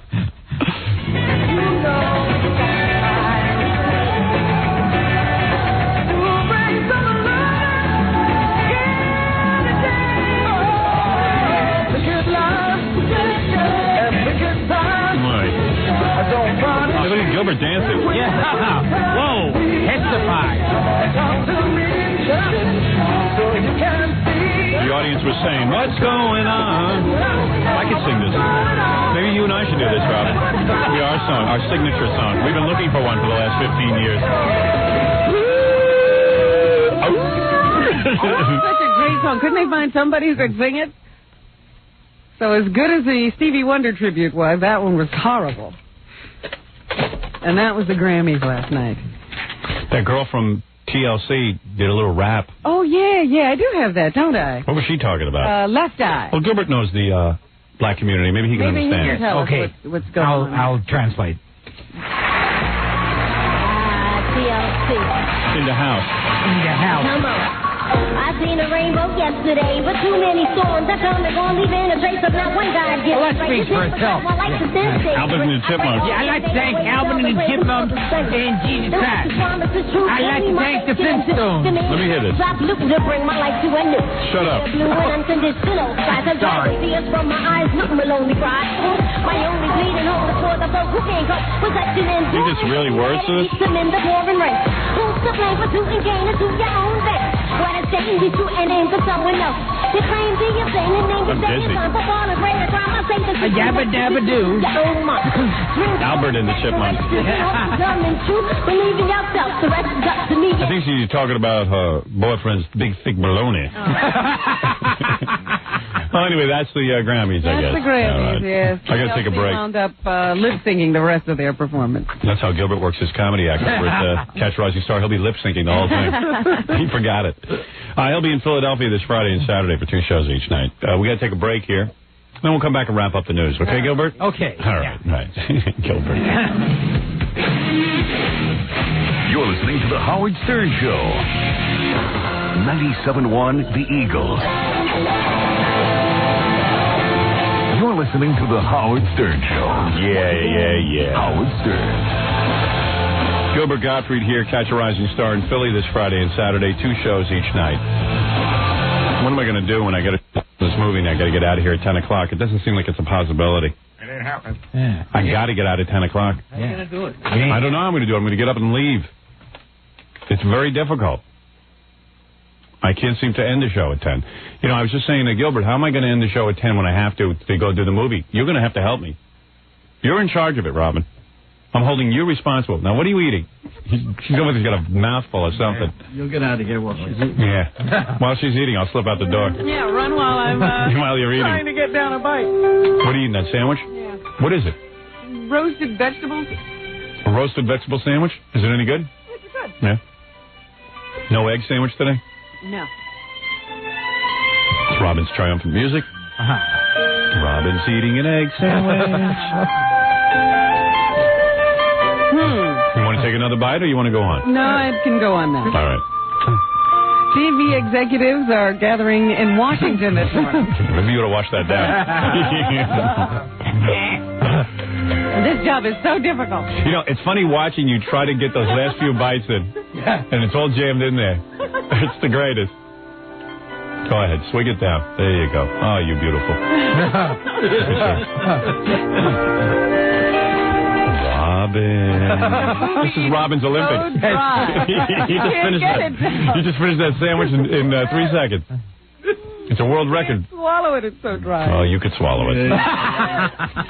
Go ahead, As I was Robin. saying, TV executives are gathering in Washington this morning. What are they there for? They're there to talk about how they're going to self-police. Yes. No. They're going to talk about how to Idiots. get the violence off TV. Stupid, kowtowing idiots. Isn't there anything else going on in this country that the president could work on? No, evidently not. So stupid. The networks say they'd rather police themselves than have Congress or the White House or anybody else do it. I'd rather please myself. Get Officer They say Bozo. they're going to try to come up with some kind of a rating system much like that. You're going to have Officer in Belzer. movies. Yeah, He's going to police the entire industry. You know, because we're like putting violence on, so like black children can kill each other. You know, man. Yeah, right. Sure. Yeah. They say that all programming, aside from news and sports, will be rated. This means, I suppose, that all these people who don't want to bother to be parents to their children can leave them in front of the TV set now. So freedom of speech only involves news and sports. Mm-hmm. And parents now want a world that if anything bad has to be eliminated. In other words, anything that a 5-year-old can't watch has to be eliminated. Or they can block it in some way. I see. That's amazing. The world was built for 5-year-olds. That precious little angel that they couldn't wait to get, they can leave in front of the TV and they don't even have to worry And about once we block everything and there's still the same amount of violence and morons in the world, well, then It'll we'll still be television. Oh, will? Yeah. Oh. Because what else are you going to blame it on? They should only watch Alvin and the Chipmunks. That the only thing safe for my child is Alvin and the Chipmunks. The United States of kindergarten. Yeah. Princess Di has agreed to an arrest. Oh, she's a divorce Good. She's an idiot. from Prince Charles. She definitely got breast implants. True? I don't know. Oh, please. How would I know what the princess has? Hey, now. Please. Why are you saying that? Did you see something? Yeah, I just saw a picture of her. Her chest is like out a mile. Di never had that before? No. Big giant chest. Gilbert likes that noise. Yeah. He's easily amused. That's a good breast noise. Laughing idiot. He got the mentality of a mongoloid. He got the IQ of Alvin and the Chipmunks.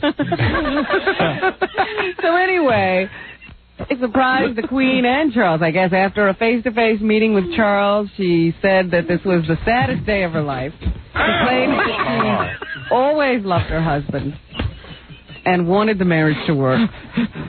But I guess now she realizes it's over, and she has agreed to the divorce. Charles said that he wanted a divorce a couple of months ago, but there was never any word or sign that Diana would agree.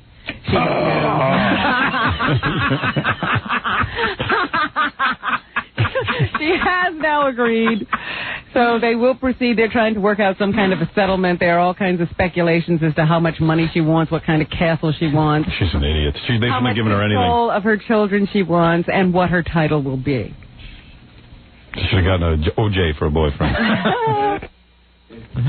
Imagine your husband leaves you for a pig like Camilla Bose Parker. Oh, jeez. You got a bad self-image. Please. Oh, it would be better if he left her for Sharon Stone? Yes. Yes. Yes. I don't understand how that works.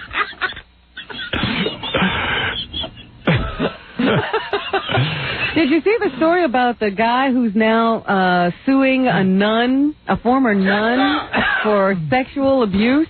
No. Yeah, this guy who's now, he says he's like an alcoholic and he's in some place being treated for his depression and other problems he's developed as a result of all these things. My joke book that happened to him. Come on, sister. At the hands of this former nun who would, I guess, coerce him into having sex with her. I gotta go to church.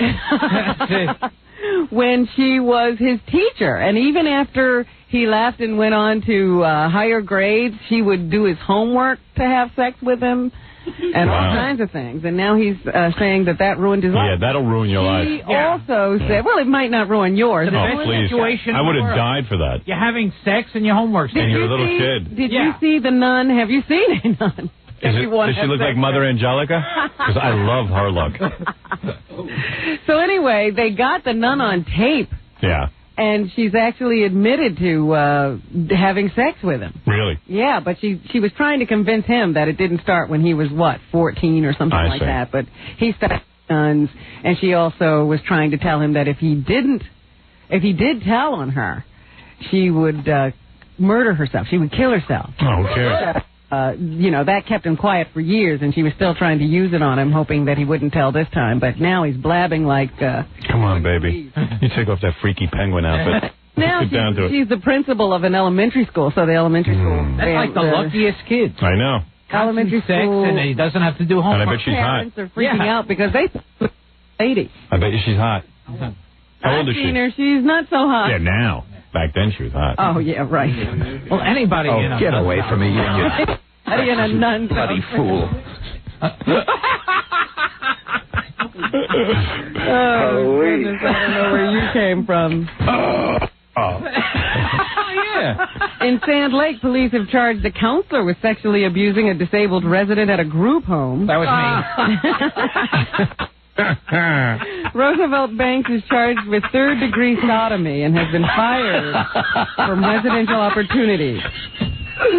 He was working there as a night counselor. He's accused of forcing a mentally retarded woman to engage in a sex act. Gilbert, stop encouraging Jackie. Gilbert, you haven't tried to have sex with mentally retarded people. You haven't hit that bottom of the barrel. Turn me down.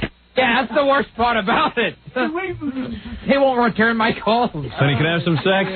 No. Oh, yeah.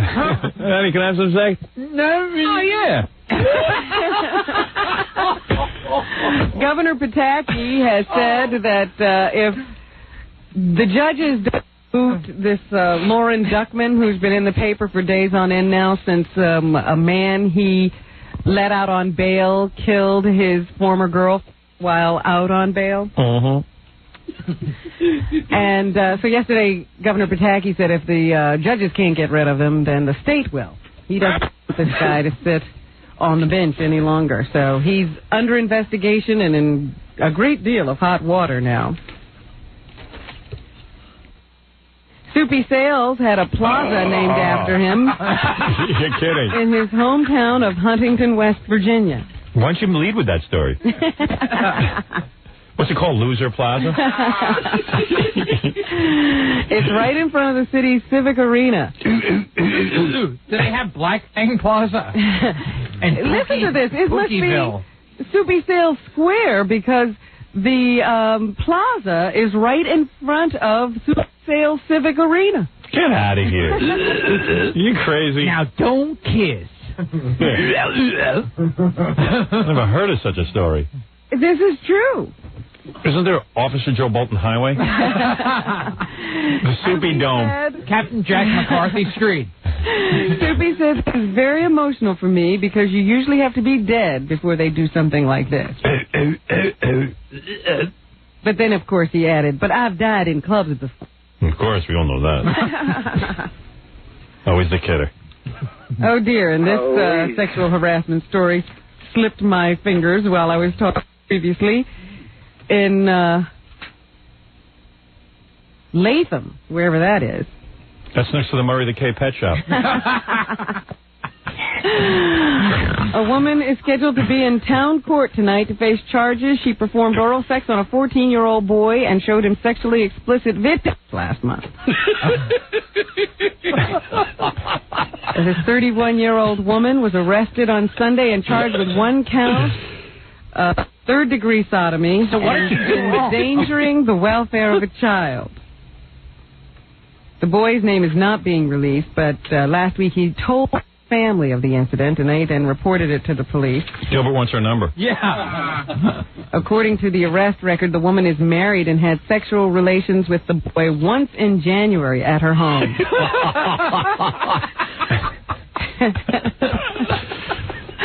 They say it's not unheard of to have these kinds of charges made against women, but most young male victims are molested by older males. Once again, what is the bad part here? Oh, Gilbert, you were never molested by older male? I wish I was. Really? Me. No one ever came on to you. I'd like to get thrown in prison. Right. Anyway, they're saying this is as much abuse as it is when this kind of things happen to a 14-year-old girl. I don't agree with that. Yeah, right. Why did he turn her in, is what I want to know. Obviously, he didn't want to do this. She used her teeth. You got so insensitive. Oh, was he a fig? No, he was no fig. Yeah. Right. Why would he turn her in? Because maybe, I don't know. You can't imagine not wanting to have sex with I can't either. Yeah. 14? I would have died for that. Someone to teach me the ropes? A girl who has sex with you and shows you dirty movies. Girl is a grown woman. Maybe you don't like her. Yeah. Well, then get the hell out of the room. No such a thing. There's no such thing. You need to go I don't like. Yeah. Did you see that Elizabeth Taylor boosted the ratings for CBS on Monday night when they did their Liz night? Yeah, you know what? I'm getting out of show business because she's so scary talented. I could never match talent. Oh, is she annoying? Oh, that was the worst. Now they'll probably come up with the idea that she needs her own TV show. Yeah. Like it wasn't a novelty. So. Did you watch that, Gilbert? No. I kept seeing it pop up on Entertainment Tonight. And it was a big deal. Yeah. Yeah. Like, who cares? Elizabeth Taylor. Yeah, I'm sure, like, 18-year-olds are running to that TV set. It was pretty frightening. Yeah. Somebody did. Gilbert, will you ever do anything like that? Appear on 4 sports sitcoms in a row? No, I really got to look at the script first. Yeah. Getting discriminating, huh? And Tammy Faye Baker quit her talk show with Jim J. Bullock. Good. Big. Boy, if a show like that can't make it. That show had hit written all over it. See, that's weird. She says that God helped her to decide at her syndicated talk show. It was a rigorous taping schedule, and the stress was more than she could handle. Her husband is having some legal troubles, and she couldn't be away from him all that time while he's working out whatever's going on with him. Two of the most disgusting people to look at, Jim J. Bullock and Tammy Faye Baker. And Tammy Faye Baker, they're disgusting. Ugh, this is filthy. She now says that God helped her make the decision. Her heart has always been in the ministry, and that's where she feels she belongs. So who does God like? Fred. Yeah. Her husband, I guess, is a co-host of the 700 Club with Jim Baker. So there. You say that. The Jim J. and Tammy show had been airing for 6 cities representing about 45% of homes in the nation. Tough. Beastly woman. So there you have it. Tammy Faye is no longer on TV. She's been replaced by Ann Abernathy. So the show will go on without her. She'll be replaced by anyone. Yeah, but in all fairness, God asked her to quit. I thought this was true. Ann Abernathy is that woman who used to work with Regis Philbin before Kathy Lee Gifford got the job. Is that right? Yeah, so now she's with Jim J. So there you have it. That's what's happening, folks. Thanks, Robin. Gilbert, I'm not going to thank you. I did you a favor. I let you plug your dates. Gilbert Gottfried, Catch a Rising Star in Philadelphia this Friday and Saturday, 2 shows each night. That's going to be exciting. We've seen Gilbert live, and so should you. He's great. Another great talent, Jackie the Penthouse Martling. Joke Page Martling. Get the hysterical 2-hour video of his wild game Stump the Joke Man. Now, Gilbert, you're a professional comedian. Yes. See if you can stump Jackie. No, really, here, I'll do it. Okay. Jackie, what's the worst thing about having sex with your sister? Right. Oh, very See, it's impossible. Can't stump her. No, blood in the diaper. Oh. He always does that, Gilbert. He switches. Yeah. He's very tricky. Now, what you got to do is get this tape. Now, it's only $15 plus $4 shipping and handling. How come you don't have a tape, Gilbert? Joe Clan special, buy two, get one free. Call 1-800. He'll help you make He won a free one. 1-800-323-KING. Has Gilbert ever made a tape or a CD? No. No one asked him. Yeah, exactly. Thursday night, March 7th. It's a shame that Gilbert will die one day and no one will have this, It won't be on The record. legacy. The legacy won't continue. It'll die with Gilbert. You got to start recording. Our elder statesman of comedy. Thursday night, March 7th at Rascals by the Shore in Ocean Township, New Jersey. For Joe Clan's web address and Sergeant Pecker information, call 516-9221. Isn't it ironic? Gilbert has no albums and Jackie has 7. Tonight, it's King Norris, Fred Norris's band, Unplugged at La Barbat in Manhattan on 57th near 8th Avenue. Girls, Gilbert might drop by. If you're planning a wedding or party and you need a DJ, why not call Scott the Engineer's Rocket Entertainment at 718-BAG-5040. Scott's a fun guy to have at your party. He'll smoke. He doesn't need a smoke machine. He just smokes. My own smoke. By my own smoke and my own tumors. Okay. My own smokes. And we'll see you tomorrow. And that's right.